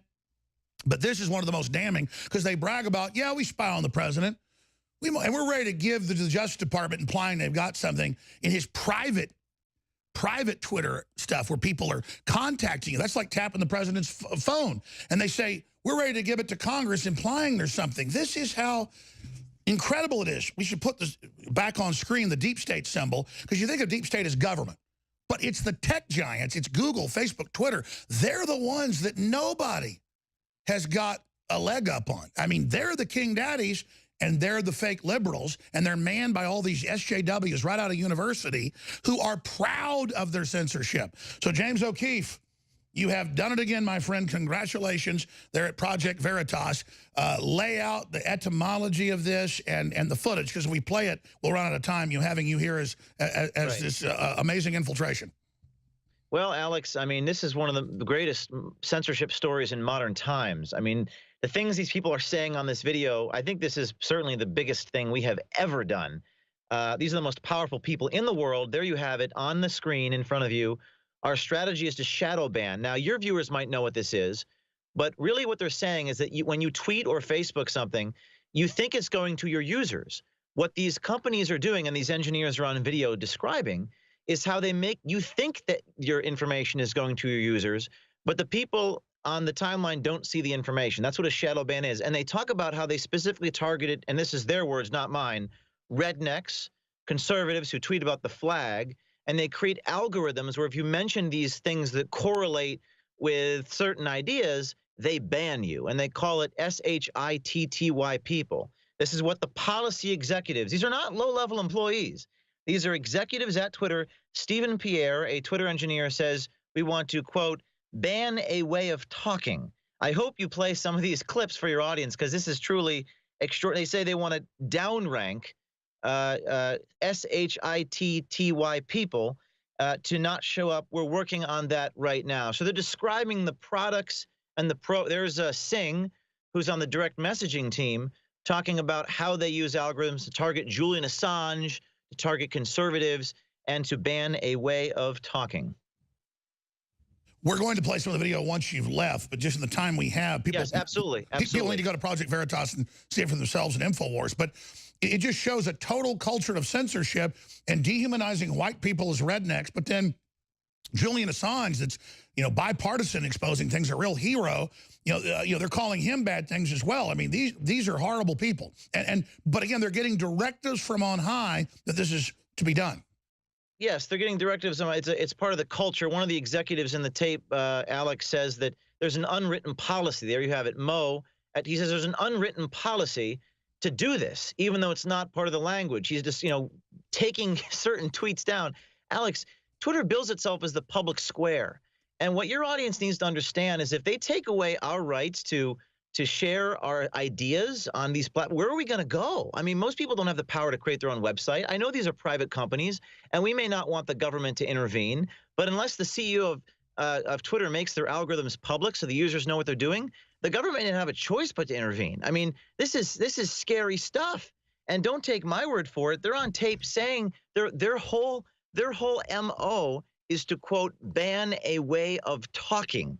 This is the greatest censorship story of modern times. And unlike the mainstream media, Alex, we don't just anonymously quote sources. We have these people dead to rights. How do we do it? We spent a year undercover, building and drawing these people out, building their trust. A lot of these people are not even American citizens because they outsource a lot of this engineering to other countries. They bring people in on student visas. In this video, you'll see a lot of foreign workers describing how they target American patriots just because they don't like what they have to say. And we're not talking about white supremacists or Nazi people. They're just targeting moderate conservative people. But James, that's what globalism is ganging up on nation states, taking it over, letting China have, you know, lower taxes than we have, designed to deindustrialize us. It's Cloward and Piven.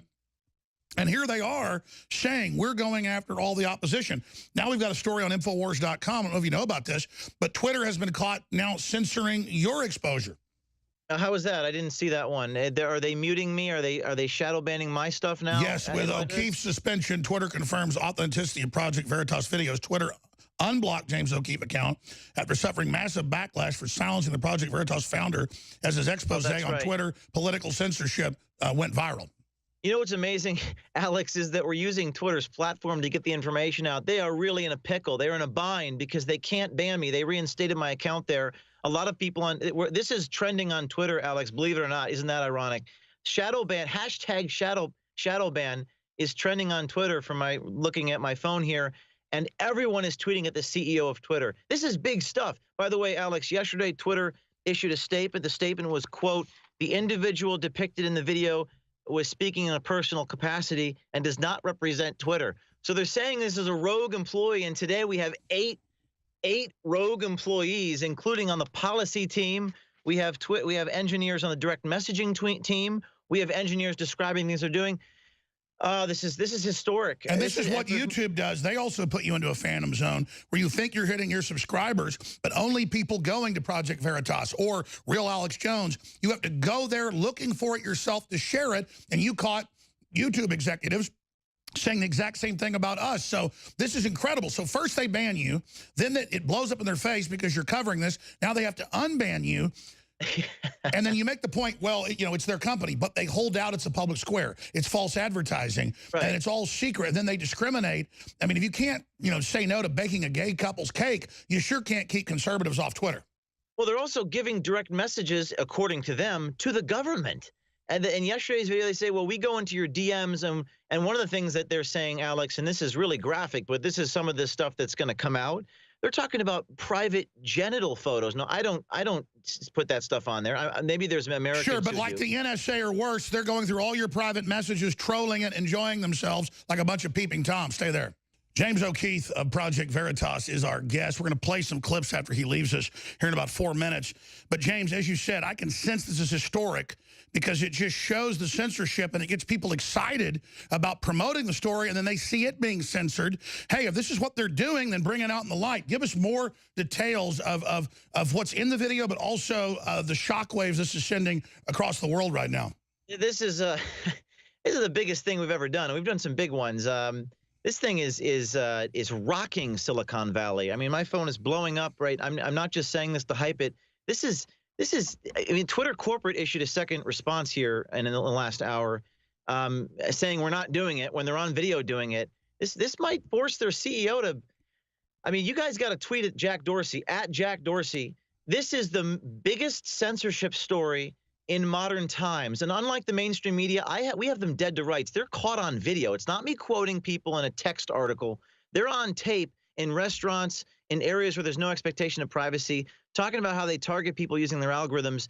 And everything we do is on the line because Twitter is the modern public square. Whether we like it or not, these companies are the modern public square. And they're describing how they censor moderate voices, not ultra right-wing ones. And you know what, Alex? I got to say something that's happening right now. This is not a right-wing story. There's a lot of people, mainstream people, who are raising their eyebrows and patting us on the back. And the media is going to be dragged kicking and screaming into covering this one. So I'm really proud of our team for what we've, my undercover journalists put their lives on the line for this. And they get attacked. And I got the Attorney General of California sending me an audit letter, which I'm going to publish soon. I mean, everything is on the line. And this is the greatest censorship issue of our time. And there's more to come. I've got more videos. We're witnessing organized, focused racketeering, in my view, in meetings, at events, in classrooms, and then out at bars about how they're organized, how they're censoring. We're going to play some of the clips after you leave here in a minute or two. And again, the fact that they try to deny it, they know it's damning. It's going to completely blow up in their face. And then you add the Google censorship, the YouTube admitting it to everybody. The stuff that you got about me is now being used in current lawsuits from Google executives that have gone public. It looks like the whole house of cards is starting to go down. And if you track the line of what's giving us the key intel, it's Project Veritas, my friend. Yeah, James Damore sued Google this week. I've been in touch with him. Charles Johnson sued Twitter this week. Dennis Prager sued YouTube. Everything you guys have been saying is in this video. I mean, I can't even, I kind of have to let the video speak for itself. I mean, all I can say is the one request I have for your audience right now is go to Twitter, if you have a Twitter account, and tweet at Jack Dorsey, at JACK, and say, hey, Jack, you better answer for this. Make your algorithms public. It's a user-driven system. We don't want government intervention, but you got to make it public because anonymity breeds responsibility. And Alex, I'd like to come back on your show because the next video we release, I mean, I can't even make this stuff up. James, you've got the hotline, and anytime you call us, you're on. Please give us an update tomorrow. You are on top. The biggest story probably in the world right now. Incredible. Thank you so much. I'll be back. See ya. Thank you. Yeah, he's got to go. Folks, let me tell you, I don't just send donations around. I sent 20 grand there a few months ago because the video they got of Google saying that I'm the #1 enemy and they're censoring me, when they got to the lawyers, they said, this is it. No matter how good their lawyers are, you win. And we're getting ready. And it's being used in the other lawsuit, the Damore suit. And they got more documents. And I don't want to just sue for me. These pigs are blocking everything we do and then not even letting us, we send out to our millions of subscribers. Nobody gets it. We do all this. They demonetize us 95%. Don't even tell us. And then they got these arrogant people. They get up on their high horse video. And they just arrogantly shoot rednecks like Julian Assange. Yeah, we're shutting him down.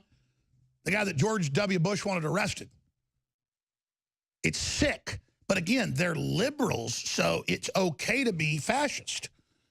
And you see how Antifa doesn't want you to be able to march? And they tell our reporters with guns in Austin, you can't go through here to the Capitol. We have guns. Are you scared? No one's like, yeah, you're hitting me with clubs and you have guns. If your finger's on the trigger, I am actually shaking. The police just say, we've been ordered to stand down. Sorry, Owen. Well, these are the same people running these platforms, and they want to censor everything. And they are the internet. They get everybody to go on their platform, say they're free and open, and then secretly start censoring. So I'm not bragging when I tell you we've given $100,000 for this big investigation into pedophilia that's been there in the arrest. All of it's going to be here soon. We even supplied a lot of the, I'm going to leave it at that, and we're helping Veritas behind the scenes. That's why you need to go to InfoWarsStore.com. You need to commit. And I don't want to sit here with the information time we have and plug this, plug that. We got the best supplements, the best game-changing products, the best T-shirts, the best films, the best books, just material to fight the globalists. And I've been so busy. half the stuff we had at 50% off isn't 50% off because it's sold out. But we got Secret 12 sold 50%. Survival Shield X2, you got to get that 50%. Super Mel 50%, and a bunch of other stuff. The Crossroads of Hunter Wilde, the new Mike Norris film. This is what a second American Revolution, Civil War would look like. Very important. InfoWars, endorsed by his father, Chuck Norris. InfoWarsStore.com. By the way, Chuck is a daily listener, and he's been on before, but little birdie told me, I think we're going to have Chuck very soon in person here, so that's always great because he's a really smart guy. But right now, let's play a few minutes of O'Keefe, who is just on fire, because, again, it's the arrogance and how they're talking about, they're calling us pieces of crap. And we know that if we put out a clip of Hillary saying black people are subhuman, they block it. Because they don't want you to see Hillary saying blacks are super predators and aren't good people and deserve longer prison sentences. That's the stuff. And it's in the WikiLeaks they censor. They all do it. Then they deny they do it. Well, you're going to get antitrust suits and discrimination suits, and you are getting sued. And I told you I was going to sue you, but I was told, Alex, sign on once the class action goes. And now you see all the lawsuits with my name in them. Every one of the damn things, excuse me. Let's go ahead and go to this clip from the Project Veritas expose that's on Infowars.com right now. Get our articles about it and tweet it at the head of Twitter from Real Alex Jones right now. Here's a clip.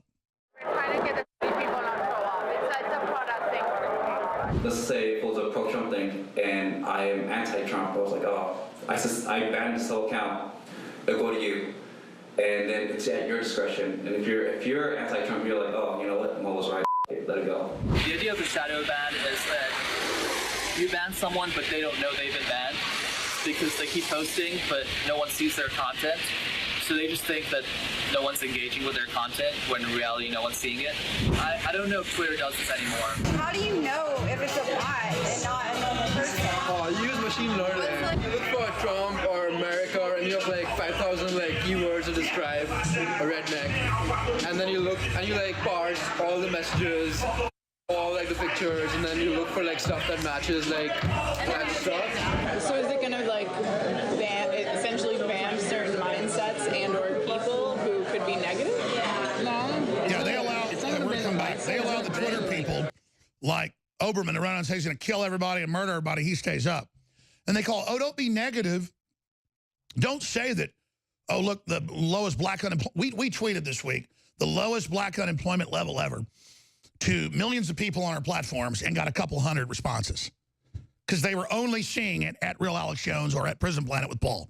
And Paul's one of the biggest guys on Twitter, despite the fact you have to go to his Twitter page to even see the material. Ladies and gentlemen, he only executed the law faithfully as a federal officer with an astounding track record and exemplary awards. And the DEA, then he was one of the longest-serving, most successful sheriffs ever in Maricopa County, executing the law.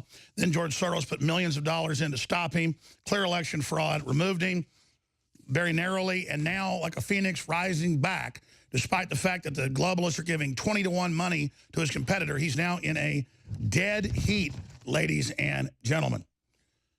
Joe Arpaio in dead heat with, I'm not going to say their name, in GOP race for U.S. Senate in Arizona. Now, just like internal bots showed, and I told you that Trump was 15 points ahead, Hillary stole 5 states, tried to steal others. State Homeland Security has exposed it. We now know 7+ million people voted with the names of dead folks. Project Veritas exposed the Democrats admitting that. They're going to hit him with massive fraud, but it doesn't matter. We have all got to get very aggressive to get Sheriff Arpaio, who's already served a long, long career defending this republic, in there. But we can do it. Just like we got the message to President Trump, he didn't even know that he was going to be put in prison by a federal judge for executing the law. So we can do it. And this is the time, but we are facing criminals. And so he is the guy we must have. I'm not saying the other candidate's evil. I'm just saying he is the literal knight in shining armor, the committed person, and it's a message to the globalists as well. You destroy people that stand up for what's right, we will rebuild them the next day. You know, I want to use the Christ allegories, but we'll use the Phoenix allegory. He's out in Phoenix. Sheriff Joe for America.com.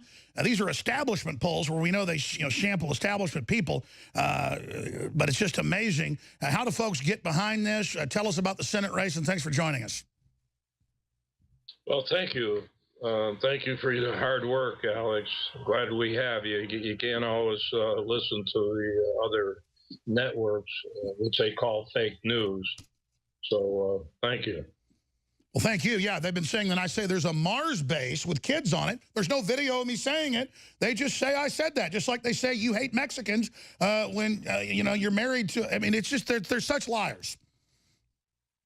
Well, yeah, but that's something they've been after me since at least the last 15 years when I started the fight against illegal immigration. And you know what happened the last election? The biggest fraud that they perpetrated against me, emanating from the Holder and Obama. District judges wouldn't even give me jury trials, so I can go on a misdemeanor, contempt of court. How can you beat a contempt of court by a judge? You think the other judges are going to rule against me or for me? No, they rule against me. Well, we've only got you for this segment and the next, and I want to get into the Senate race. I want listeners all over the country to donate, to get involved, to travel there, to get on the job, to show them you destroy one of our people, we will build them back up. Now, this is so important to get you in the Senate, but expanding on that, since you raised that, we now know, can we put it behind me on screen for TV viewers? Because our folks built this working with other folks. We have the list. In fact, I lost my list. Will you guys bring it back in, the list of the people at the Justice Department and FBI that we compiled that have either recused themselves, been fired, or removed from the deputy director on down.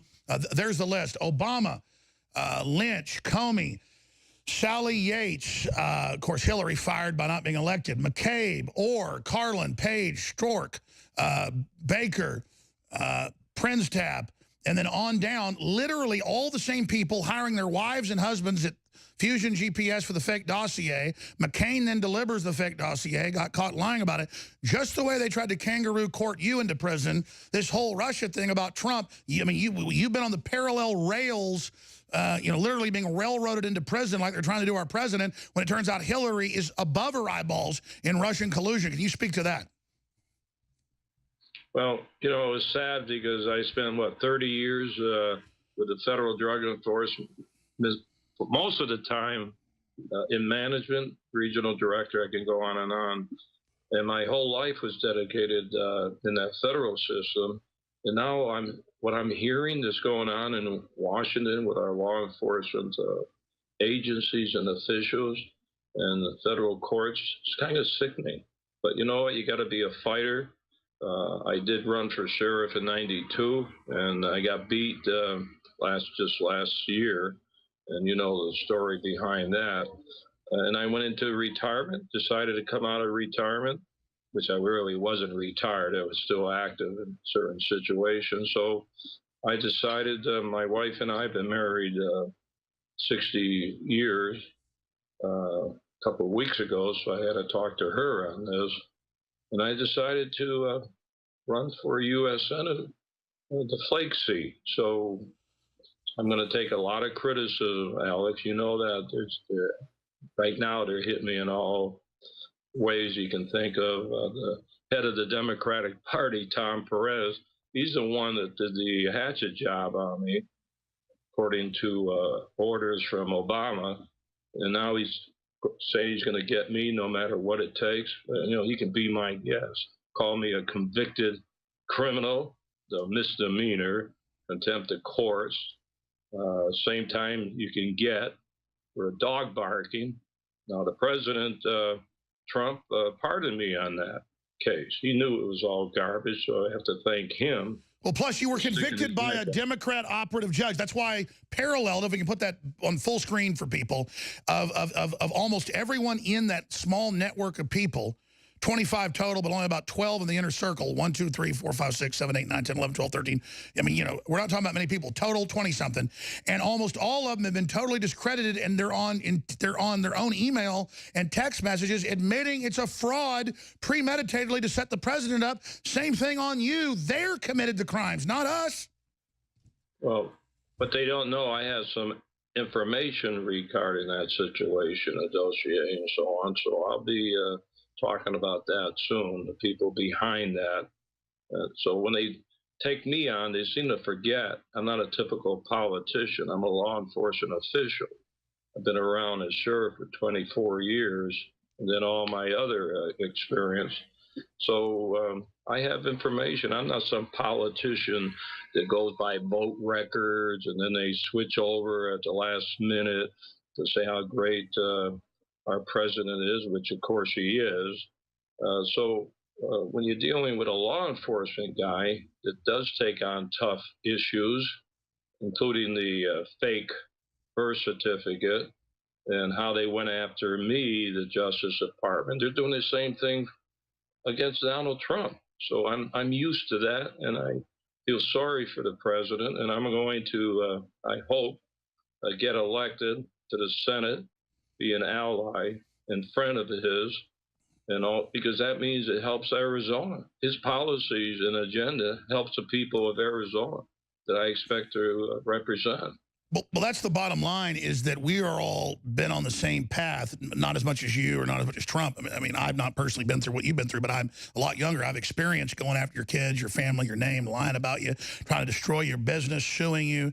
And that's why if somebody's good, standing up for the average person and really being wholesome, they're going to come after you. And it's the same thing. It's like Trump said 2 years ago. Look, the DREAM Act as it is a blank check to come in and bring your family in. If you can prove you've been here legally since you were a kid, whatever, yeah, go to a judge, we'll let you stay. Then he says, we're going to do that now. They go, oh, the right wing says Trump's backtracking. No, that was the media misrepresenting, saying he hates Mexicans, just like you always you know, get lied about. And then they say you flip-flop when you say nice things because they're misrepresenting what you really said. Yeah, well, you're talking about all these activists and ACLU, and you're talking about the news media. There's some good people in the news media. You know that. You're in the news media. You're a good guy. You get your message across. So that's something you have to put up when you're high profile, when they're zeroing in on you and using the power of the United States government with all their money and their agendas. It's sad. It's sad. Sure, let's come back and talk about the campaign and how we help you get elected, because it's a strong message to the establishment Republicans, the Democrats, everybody else. They're not going to be able to jackknife this like they did with Roy Moore if we get behind Sheriff Arpaio. Welcome back. Final segment with Sheriff Joe Arpaio, one of the most embattled individuals in modern history, a true fighter. Even if you disagree with his policies, you got to admire how focused he is, how dedicated his energy. But then you actually study his real policies. He's a great guy. You see what the media says about him. It's total crap. I see stuff in the news all the time I never said. Hillary's killing kids in the basement of a pizza place. There's no video, there's no audio. They just make it up, cobble it together. Notice a lot of times you watch the news, so-called news, you'll see audio of me, but not the show that's also TV. Because they can edit the audio, folks, and it's just so frustrating. And I told people I'm going to start suing folks. That was my next question for Sheriff Joe Arpaio, who's in a dead heat for the Republican primary there to be running for Senate, which is so important right now with them trying to get enough votes to impeach the president. Because a lot of Republican establishment folks, they're saying, might actually go with an impeachment if we lose the midterms in 2018, and just a seat or two could be key. So could it be Trump that saved Arpaio from a fraudulent investigation, and then Arpaio saves Trump? That tends to be the way destiny works. But regardless, I don't go to the audience and bitch at you and say, hey, do more, buy more products, spread the articles, thank our affiliates more. I know you're doing a lot, but we're all in a fight. So everybody needs to seriously go to Sheriff Joe for America.com, SheriffJoeForAmerica.com, and they need to donate, and they need to volunteer, and they need to get involved, because in the polls, he's either ahead or neck and neck, but you know they're going to have people voting in the names of dead people. You know they get the illegals and hop them all up and tell them he's the enemy just because he's for law and order, and they're going to try to vote against him, and there's serious fraud in Arizona. So we need to get him 5, 10, 15 points ahead to even have a chance of winning like Trump did, which we can do if you take action. But this isn't about shooting our mouths off. It's about doing it. Sheriff Joe Arpaio, what can we do to make sure you win this primary? Well, just what you're doing now, Alex. Appreciate it, putting that word out and motivating my base. I never lost a Republican primary. Even in the last election, I won by 40% on the Republican primary. So I have strong support across the state. I've had that for years and years, and I want to thank all the people in other counties for always supporting me Not that they could vote for me and so on, but I've been campaigning, not campaigning, giving speeches constantly, not only there, but recently across the nation. And I've been doing that, helping the Republican Party.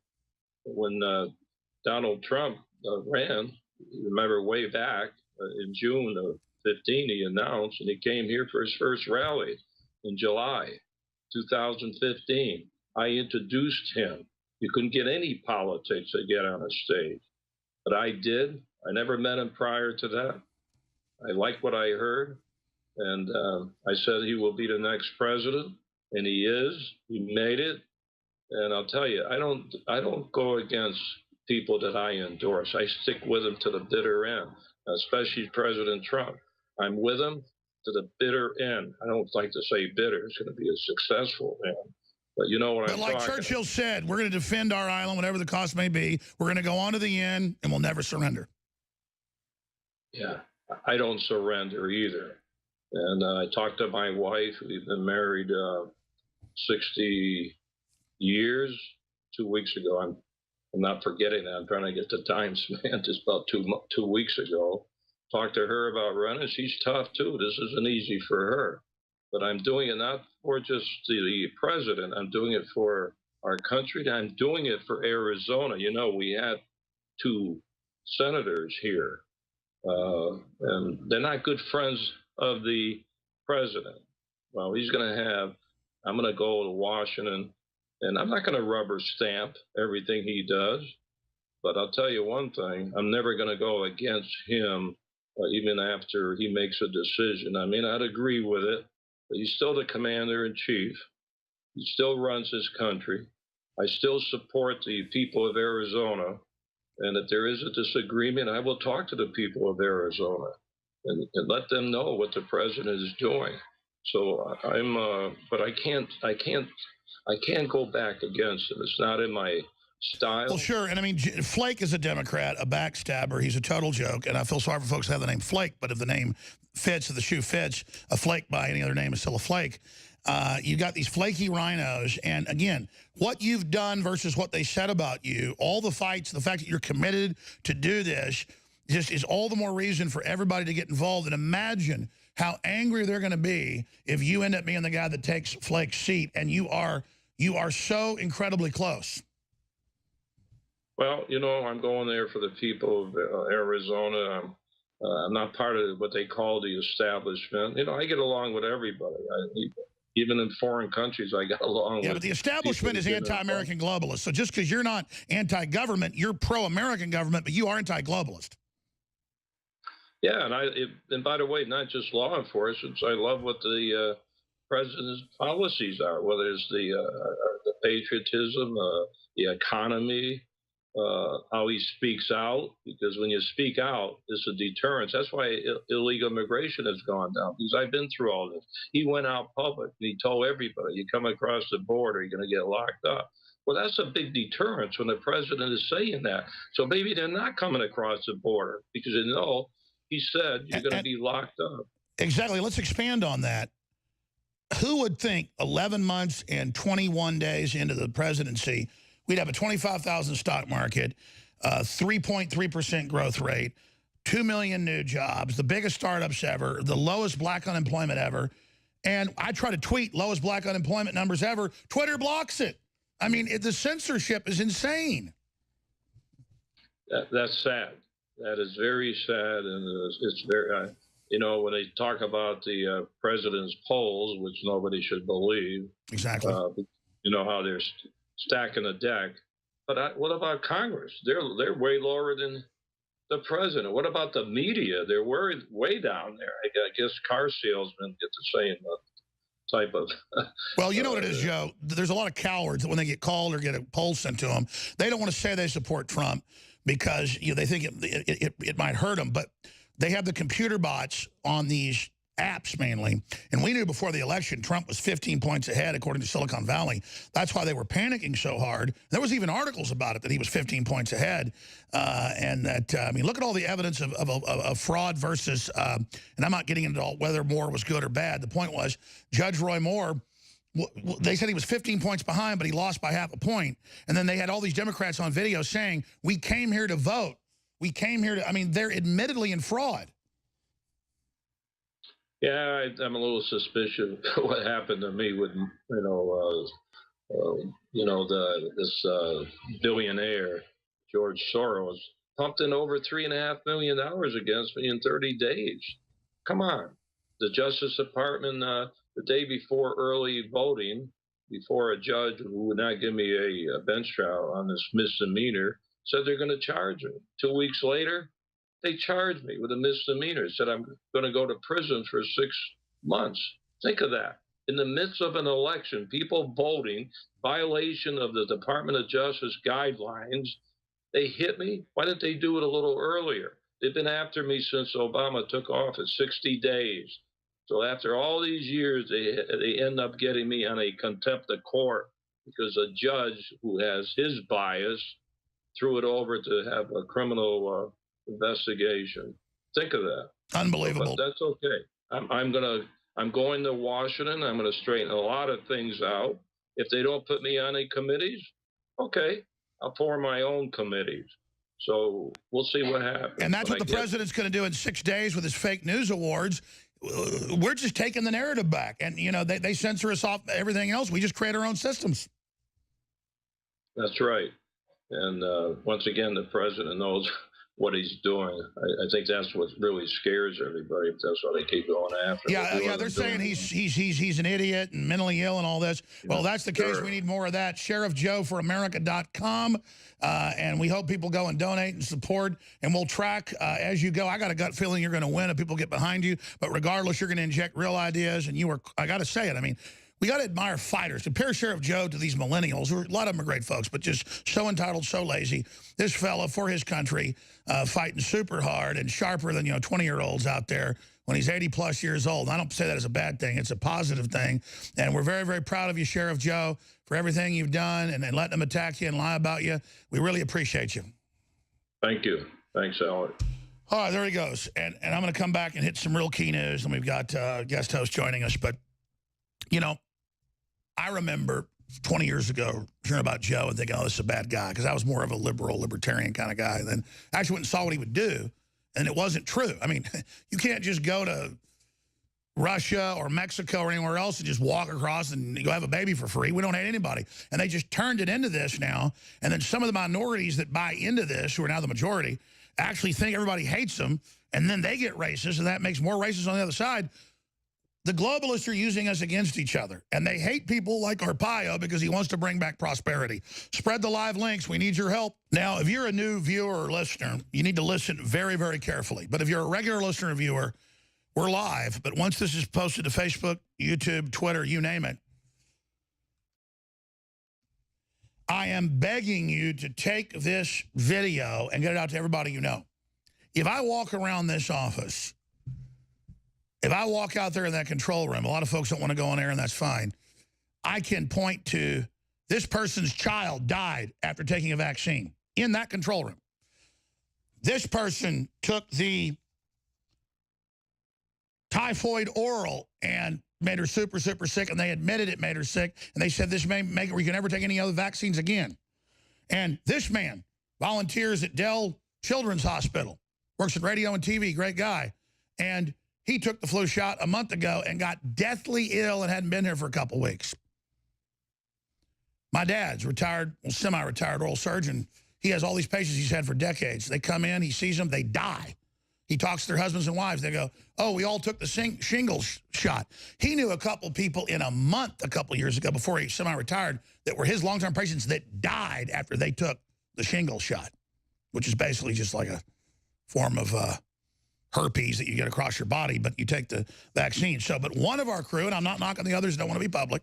I'm just saying, Oprah's like, you get a car, you get a car, you get a dead child. I'm not trying to be mean. It's terrible. You get, to get super sick. You get to almost die of the flu. You get to have a convulsion. We're doing this to warn people. My mother was a triathlete who didn't get into it until she was like 35. She was winning gold and silver medals at the regional and national level against former Olympic athletes. The team told her at UT, take the shot. She was sick for a month, almost died, done. at like 48 years old. So, we're joined by Connor Yarbrough, one of our great producers and engineers here, just in the next few minutes to tell you the story about what happened to him in the so-called flu shot. Because we got the studies that doubles your chances of getting the flu shot, of getting the flu the next year, or that it never matches up with mutations, so it doesn't help you. But we can show you the news articles where MMR admittedly gives people's measles, mumps, rubella. We can show you that the mumps outbreak's directly tied to the vaccine. Or my grandmother said, oh, yeah, I got the second polio vaccine, and they told me I got polio a week later of that strain, and the doctors told me I got it from the live polio vaccine in 1950, whatever. And she just died last year and was basically handicapped her whole life after she had my mom and my uncle. But enough of me. We'll probably hold them over the next segment a little bit. Why don't you tell folks, Connor Yarbrough, we appreciate you coming on air. I mean, you look like you lost, you weren't a skinny guy before, you look good, but looks like you lost, what, 25 pounds? What happened? I did lose a little bit of weight over the last few days, but what happened was, so like you said, I volunteer at a local area children's hospital, and as a requirement, we are expected to get the flu shot, you know, and to make sure that we don't spread any chance of the flu getting to any of the kids in the hospital there. I got the shot about late November, and around last Friday, I started feeling a little icky after I got out of work here, and I thought it may have been due to a lot of the dust from a lot of the work me and the other engineers have been doing around here. Thought maybe I just got some allergies or something. Went home that evening, started having some chills. Next thing I knew, I was in bed the entire past weekend. Thankfully, I just coincidentally had a doctor's appointment come Monday, and surely enough, they figured out it was the flu right away. And, you know, I mean, I still don't sound entirely too great right now, but I've been on Tamiflu this entire past week. I'm probably going to be out of the children's hospital for at least the next, I don't know, good couple of weeks here. And, I mean, reports have said that about 25% of the admitted cases to that children's hospital right now have been for the flu, and this has been one of the biggest outbreaks Texas has seen in quite some time. So, you know, this is definitely one of the more severe cases that this area has ever seen. But for me, you know, this is definitely one of the sickest I've ever felt. Let's talk about it when we come back. Everybody knows, take the flu shot, get sick. Stay with us. You know, I hate talking about it, but it's something I got to do. Again, my grandmother, back in the early 50s, great lady, just died last year, Benny Grace Hammond. She, during the whole polio outbreak, went and got her first polio shot with the first strain. And a couple months later, they said, you need to get the new strain. She went and got it, and a week later, that's what it takes. In about 7 days, she got it. And the doctor told her, well, you had a bad reaction to the live virus, which I guess they thought had been attenuated somehow or was a watered-down virus. And it ate the nerves in about half her body, and she refused to be in a wheelchair until she was about 92. But it just ate the nerves and most of her muscles, so she was paralyzed in about more than half her body. And so when she finally died of natural causes, it was a good thing. She was a Christian, so she refused to take opium or go to hospice or any of that.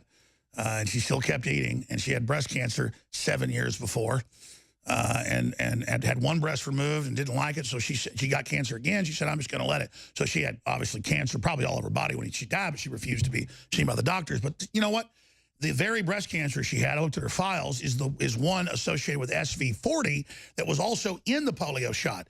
So they didn't just give you the polio virus. They gave you simian virus associated with fatty tissue and hormone-based. And I'm not a cancer doctor. I've just had probably 50 of them on over the years and have the top papers on it.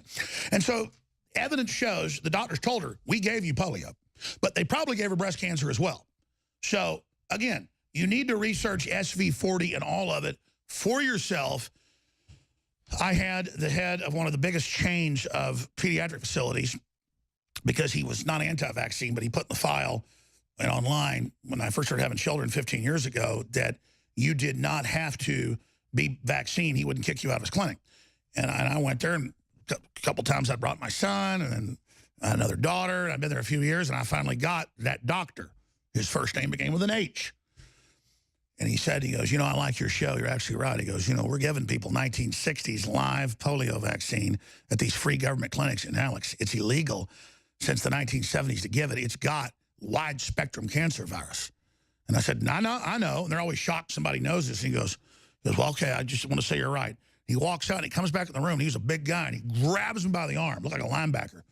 He had a big beard and he goes, hard, I almost hit him. He goes, don't you tell anybody I told you that, though. And I said, you know, he goes, just don't say my name. Just don't say my name. And he shuffles out. So that was a guy doing what he thought was right because he knew how dangerous it was. You know, they put syphilis in black people's vaccines. Hillary apologized for what was going on in Peru, putting it in their vaccines and giving it to millions of Peruvians ended up getting it. They gave it to over 100,000. They'd shoot these black men up with syphilis, and then they'd let them go to go be promiscuous and spread it. Microscopic worm that eats your brain.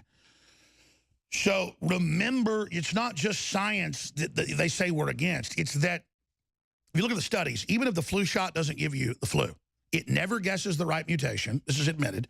And in Canadian and British studies, it lowers your immunity for at least a year to flu by 50%. So a lot of people say, oh, my God, I went and got the flu shot, and I got it 2 weeks later.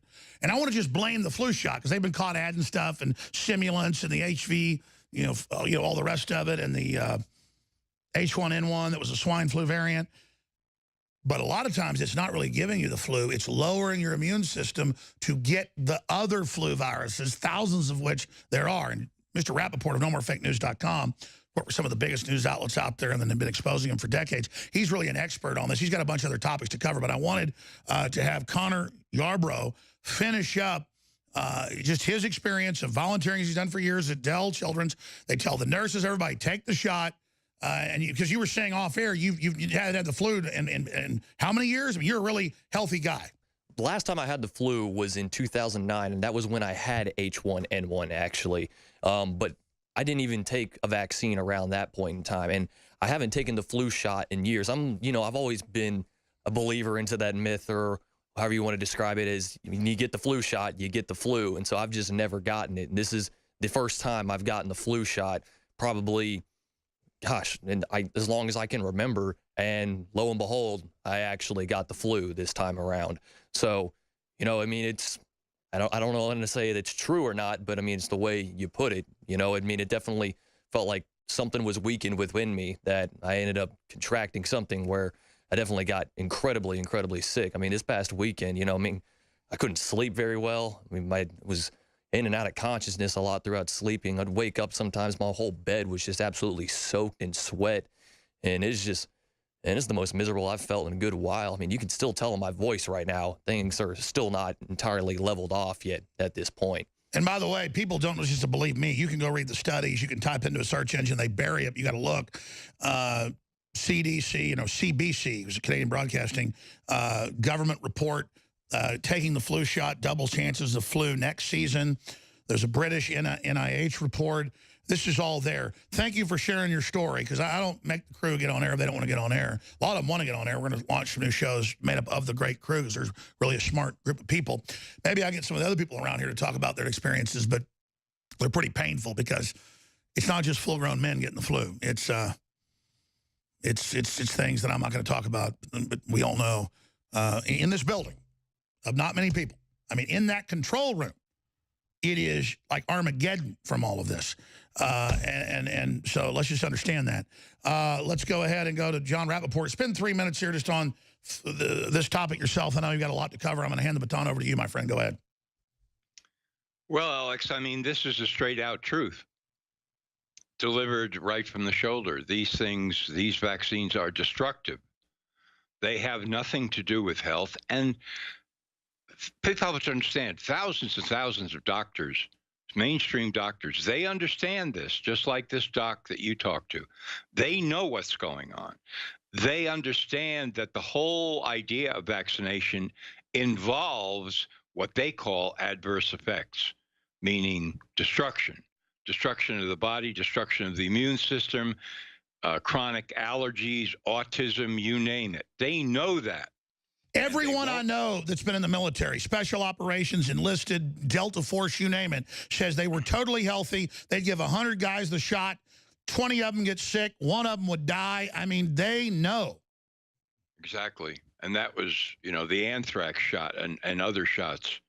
And who knows what they put into all of that stuff.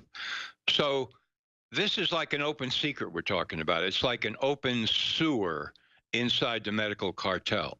And the doctors know it. Medical reporters know it. I've talked to them off the record over the years, and they're just too afraid to say anything. They refuse to come out into the light and say. And now they're getting bullied where they're saying, fine, you all have to take the 50-something vaccines every year, or even if you're in accounting a mile away from the hospital, you're fired. Exactly. That's their only strategy. You know, if they leave it up to people's choice and intelligence, the whole vaccine establishment is going down in flames. So they say, well, we just have to pass laws that we enforce if necessary at the point of a gun. Wow. In order to get people to take vaccines and to get their kids to take vaccines. I mean, in one province in a state in Australia right now, they're just invoking a rule: no kid goes to child care. That's it, unless you've had the full schedule of vaccines. And now they want you to have hundreds and hundreds and hundreds. It's just, it never ends, and they have liability protection to do whatever they want. Exactly. 1986, they're off the hook since then. The vaccine companies cannot be sued for any childhood vaccine injury or destruction or death. You listen to the mothers talk about what happened to their children. They're giving it to you straight. Everybody Sometimes they die at the doctor's office. Right, exactly. And the doctors say, well, it has nothing to do with the vaccine. That's why you get me on this subject, because I had my wife thrown out of that clinic that guy founded and created. My children were still going there, but the newest baby, they just chewed her out, tried to pressure her, and said, you get out of here for not giving your baby all these shots. And then you talk to the doctors behind the scenes. They don't give their kids the shots. They know exactly what they're doing. Okay, John Rappaport sitting in for Alex in the fourth hour here at InfoWars. So I just want you to understand and know that these New Year's extended specials are extended at InfoWars. That means Survival Shield X2, Alpha Power, Secret 12, Super Male Vitality, all 50% off. So you look into that, because that's only happening now until supplies are gone, because InfoWars has had to take off Brain Force and Super Blue because extreme demand ran out. Free shipping at the InfoWars store, 50% off Survival Shield X2, Alpha Power, Secret 12, Super Male Vitality, as long as supplies last. So make sure that you do this and support the InfoWar at the same time. That's the deal. You get the products you want. InfoWars has the energy and capacity now to expand their operations and bring you the truth. InfoWarsStore.com. Well, here's a story.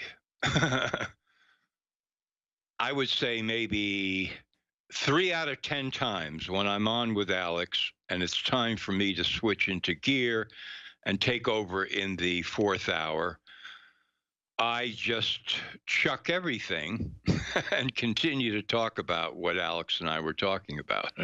That's the way it goes, folks. So here's my stories that I was going to talk about. Bye-bye. And I'm going to talk about vaccines, because this is chemical warfare against the population. I've been writing about this and talking about it since 1987. There's no end in sight, not going to stop now.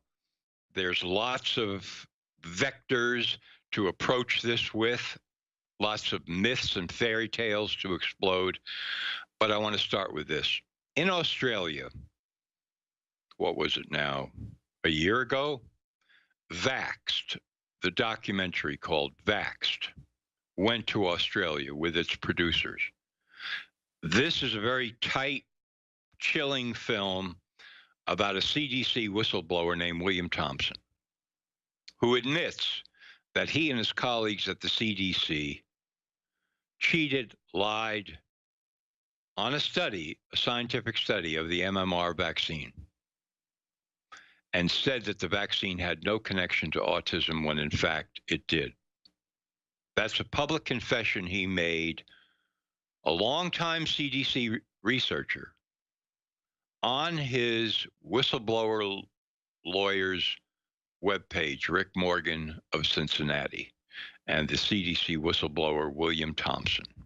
The story, of course, you know, sort of surfaced in the mainstream, and then, oh, no, it couldn't be true, and then it went away.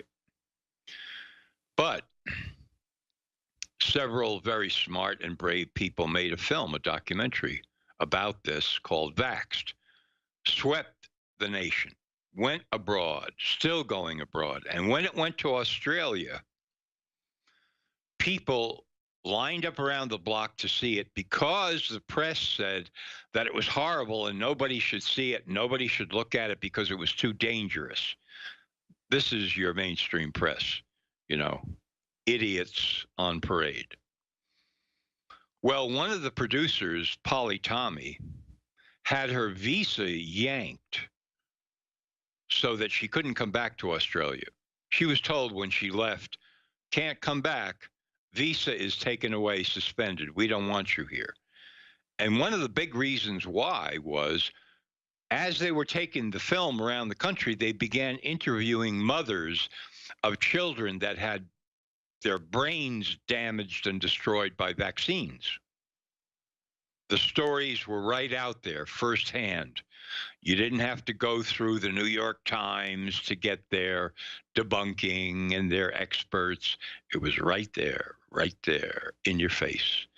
And even worse, Polly said, what really started the ball rolling is when they interviewed mothers of children who had never been vaccinated and who had been healthy from the beginning and remained healthy. That, as far as the government and the press over there was concerned, was even worse. That was like a silver bullet to a werewolf. Oh my God, we can't, we can't let people know the truth. That if you raise kids the right way and raise them healthy and strong, they're going to stay strong. Then we come to this thing called the herd effect. You know, this is the thing that drives people to surrender their children to the state. You have to vaccinate your child because if you don't vaccinate him, he's going to be a little time bomb running around and he could infect my child with whatever diseases he has. And my child, of course, has been vaccinated. Whoa. Let's break that down, ma'am. In other words, you're saying that your child who is vaccinated and therefore protected, has no problem unless my child gets near your child. But your child is protected because your child's been vaccinated. So what's going on here? Right? I mean, unless you think that you've been hoaxed and you shouldn't have vaccinated your child's protected, vaccinated. My child didn't get vaccinated, and he's a threat to your little baby? I don't think so. Otherwise, why get your child vaccinated? So much for the herd effect. This is the biggest pile of BS I've ever heard, and this is what's used to drive parents to become useful idiots in the war to force parents to vaccinate their children. Your little boy hasn't been vaccinated. Well, now he is exiled from the community, right? Excommunicated from the holy order of biological mysticism that requires everybody to get vaccinated. Well, no, I raised my child healthy. He's healthy and strong, never been vaccinated, never had a problem, good nutrition, exercise, and so on. What's the problem here? We can't let that story get out. No, that's not a story. Don't cover that. Don't say that. Hide that from everybody. And hide the fact that in these vaccines, all of them, there are toxic chemicals that are injected directly into the body that bypass the normal channels of body defenses, like mercury, which is still in certain flu vaccines, a heavy neurotoxin, aluminum, which is in most vaccines, I would say, which is a heavy neurotoxin, formaldehyde and polysorbate 80, you can go down the list. Look it up. Go to the CDC website, and you'll find a list of ingredients. More to say on vaccines. We'll be back after this.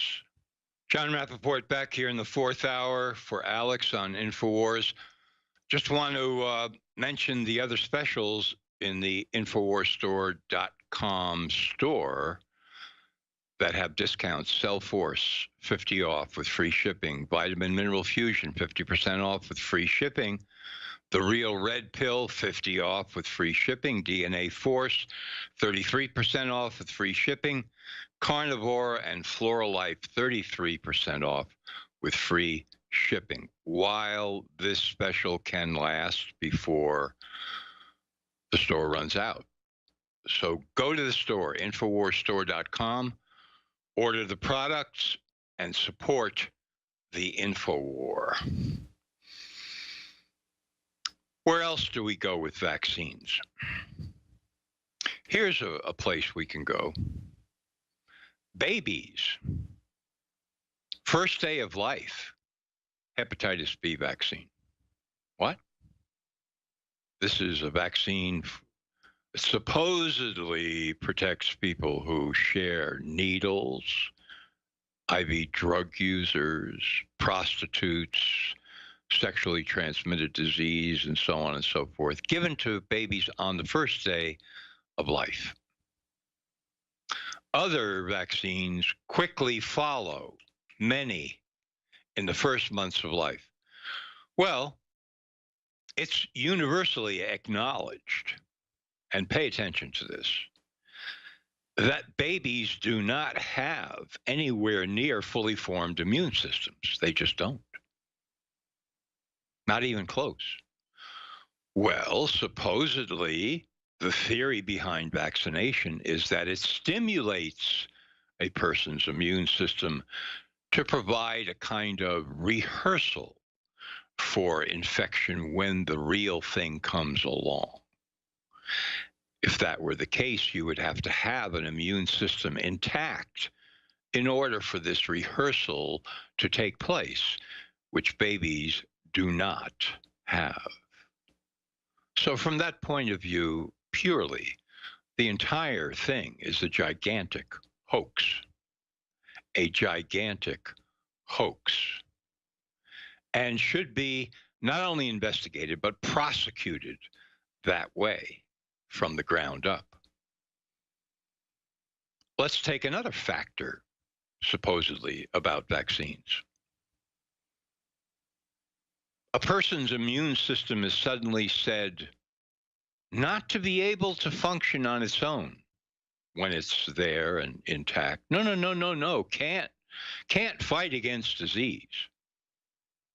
In order for that to happen, you have to be vaccinated so that it stimulates the immune system with a kind of a teaser of what a real disease would be like, so that later on, if the real thing happens, the immune system soldiers are on guard and they say, oh yes, I can see it from a mile away, and here we go.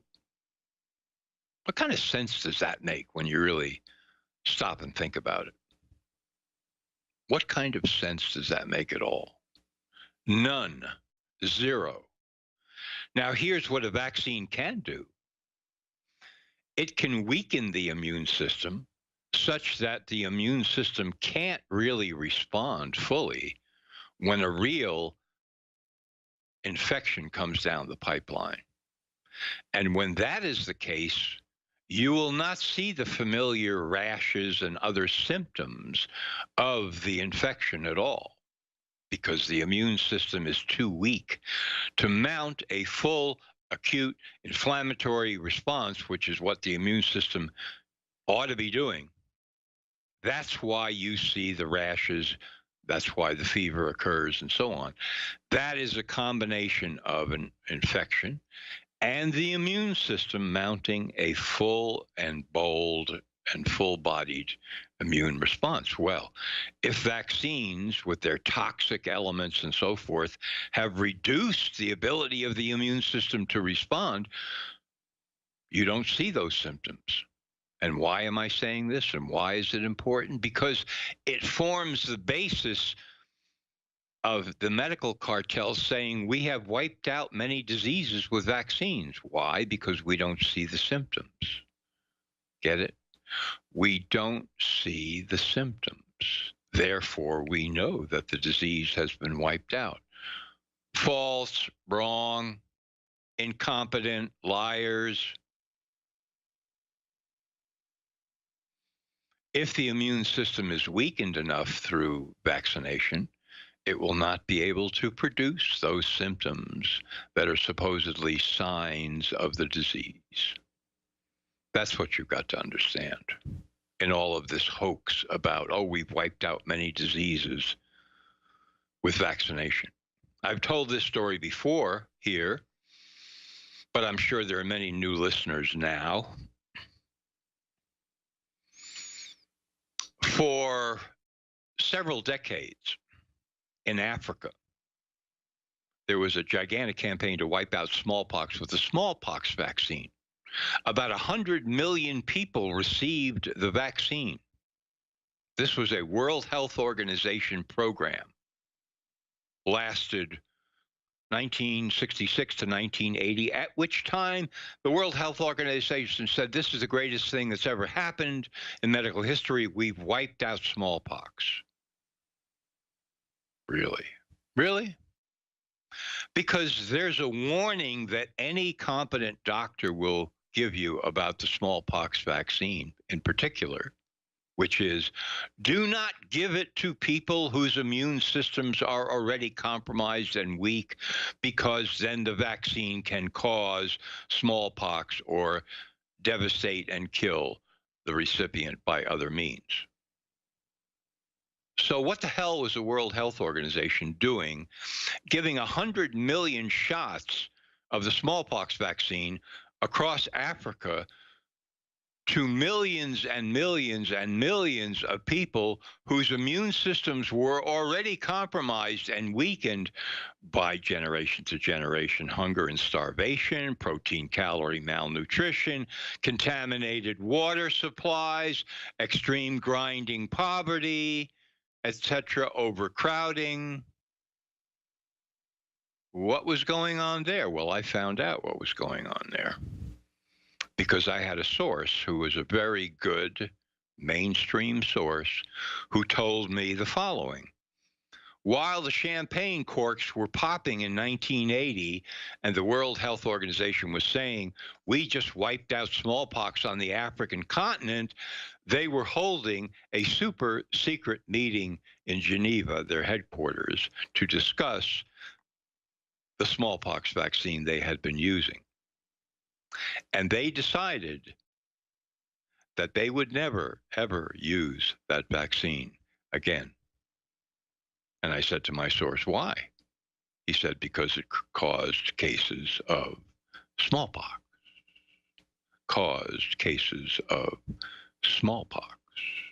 as well as many other kinds of devastation to people, neurological, gut, intestinal death from the toxic vaccine. That was the secret. That was never supposed to be publicized because they were celebrating the fact that they had supposedly wiped out smallpox on the African continent. It's things like this that will turn you in the direction of really looking into what this is all about. Because what it's all about is chemical warfare against the population of the world in many, many ways. Many, many ways. There's more to tell, and I will tell it, and we'll be back in InfoWars after this break. Last segment of this fourth hour, sitting in for Alex at InfoWars. So what's the overall agenda here? First of all, let's take this down to the ground. If a doctor said to a sane mother, look, Mom, this is what I propose to do. You see this sparkling little baby that you have here, brimming with life, that's so healthy. I want to inject this baby. Inject now. with aluminum, okay, which is a known neurotoxin, crosses the barrier into the brain, can just wreak havoc. Formaldehyde, another toxin, polysorbate 80, and a bunch of other chemicals. You know, there's some antibiotics in there and so forth and so on. Just, you know, you can read the whole list of ingredients. They all have a certain amount of toxicity to the body, to life. And then a germ at the same time, that's really the heart of this, a virus you're going to put in there, that's supposed to stimulate your baby's immune system. Of course, your baby doesn't have an immune system yet to be stimulated, okay? So this is what I want to do, okay? Is that all right with you, Mom? That's what we're talking about here. Now, what's the overall agenda behind this? Well, I mean, it's evil. Doing evil is always an agenda for some people. But what we call globalism, which is global tyranny, an attempt to remake the planet with no individual countries, just the country called Earth, under the control of an elite management system of oligarchs who decide how life is going to be lived on this planet by 8 billion, 10 billion people, whatever it is. That's their goal. That's what they're after. That's what they've been doing since 1945 and for a century before at least as well, under guise of different names. They exist. They're real. It's not a fantasy, folks. It's a political war against the population. Now imagine that you were one of the elite leaders in that war, and your ambition was to control 8 to 10 billion people. That's a pretty tall order. You know, I mean, that's not a simple thing that you can just snap your fingers and overnight, okay, we've done it, boys. No problem. No, no, no, no, no, no. This is a long, protracted war. You want as many people as possible to have lowered vitality, the juice of life and strength and power to resist. You want to drop their IQs as far as you possibly can. You want to disorient and confuse them and weaken them in every possible way on every possible level.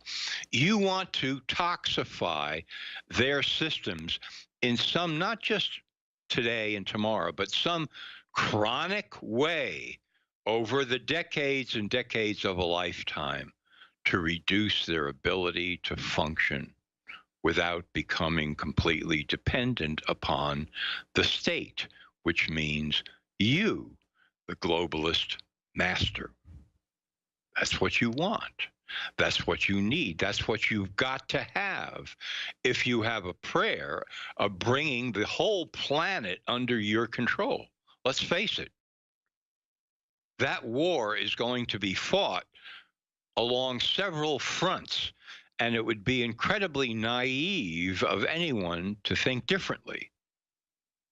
And one of those fronts happens to be medical.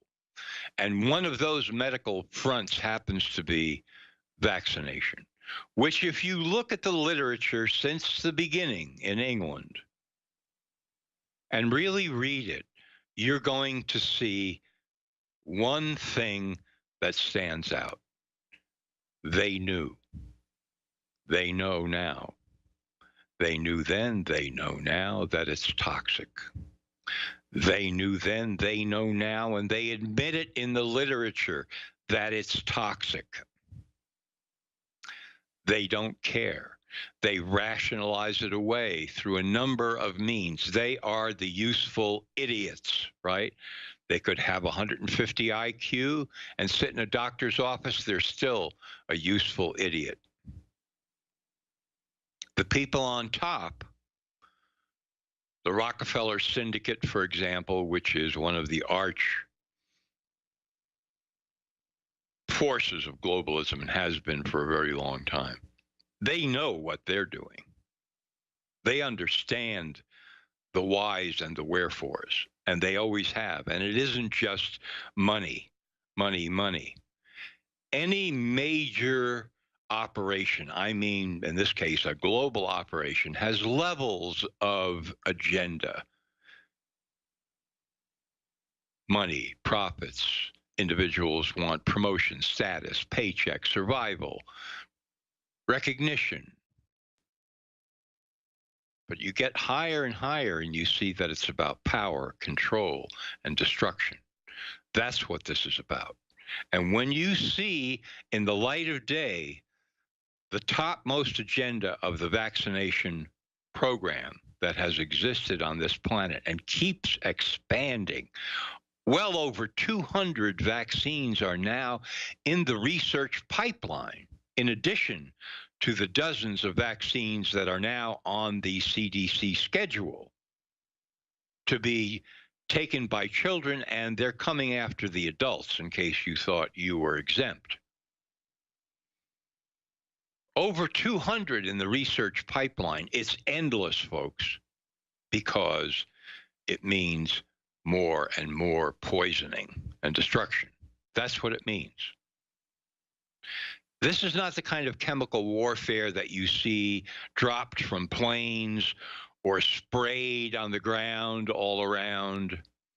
This is the kind of chemical warfare that is carried out very soberly and rationally and with all sorts of official justification. We're here to do good. We're here to help you. We're here to bring a better world about. This is the kind of propaganda that has an effect. These people are professionals. They're not idiots when it comes to propaganda. They know how to do it, and that's what they're doing. And that's the point of what they're doing at the highest levels, where only a few live. The rest partake of the conspiracy because they see some advantage for themselves and they don't see the bigger picture. That's how you do a conspiracy. Oh, you can't do a conspiracy because too many people would have to be in on it. Those are the idiots talking that don't understand how covert ops are arranged. They're compartmentalized. The people at the lower levels have only a glimpse of what's really happening, and they have a reason within them to do what they're told to do, whether it's following orders, a paycheck, survival, status, promotion, whatever it is, they do it. And when you add up all the useful idiots, you get the big picture. And it's true with vaccination and vaccines. At the highest level, the people know what they're doing. They're doing chemical warfare in order to weaken the global population and make the takeover of the planet that much easier and, in fact, possible. Without that, without the medical cartel, it would be far, far more difficult. If you had a global population mainly composed of extremely healthy, vital people, aware, alert, educated, independent, powerful, creative, this operation would have fallen into decay and dust a long time ago. The vaccinators, who are the poisoners, have reversed that trend successfully, and they've managed to blame all the poisoning effects on other things. That's their job. We didn't do that. Yeah, the baby just folded up and has now brain damage for the rest of his life just after the vaccination, but it has nothing to do with the vaccination. It's just some genetic thing kicked in. Believe that, if you will, or believe the truth. See you next time on InfoWars.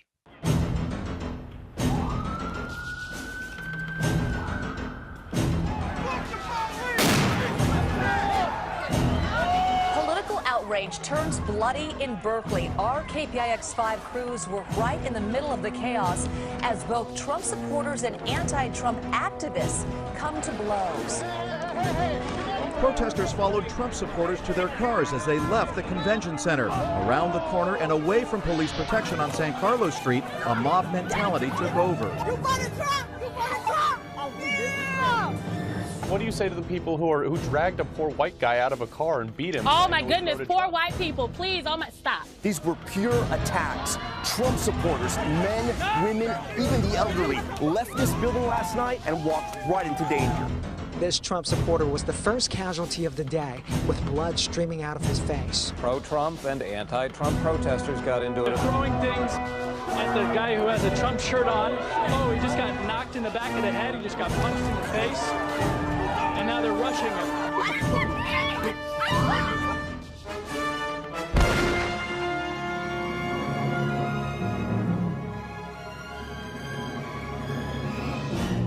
We're saying if you're out there and you're trying to represent your First Amendment right to free speech, if somebody comes and attacks you, it's your right to defend yourself. It got ugly. Violence erupting at the event as fights broke out, fists flying between Trump supporters and anti-Trump supporters.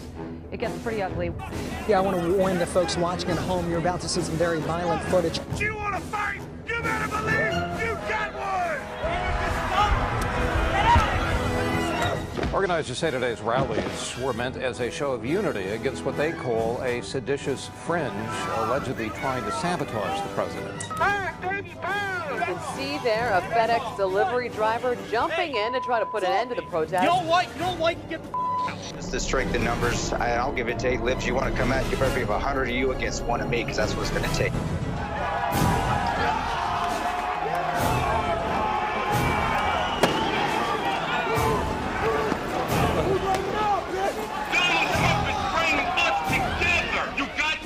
This is the heart of 1776.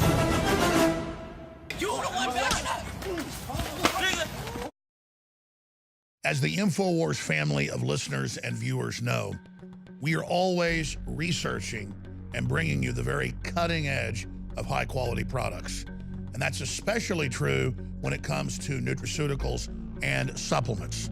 We know that our modern environment is bombarding our guts with all sorts of toxins and heavy metals and pesticides, herbicides that basically kill the good flora.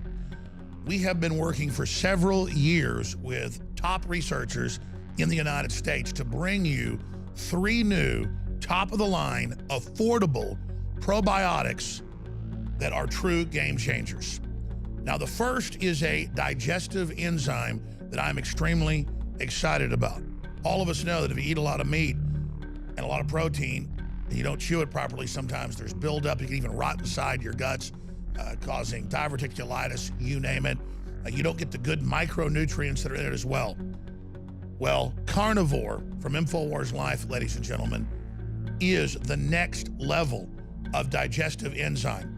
And when you take it combined with the new Flora Life that I'm going to break down here in a moment, and also the everyday Flora Life maintenance, they synergistically work together. The globalists are bombarding our gut.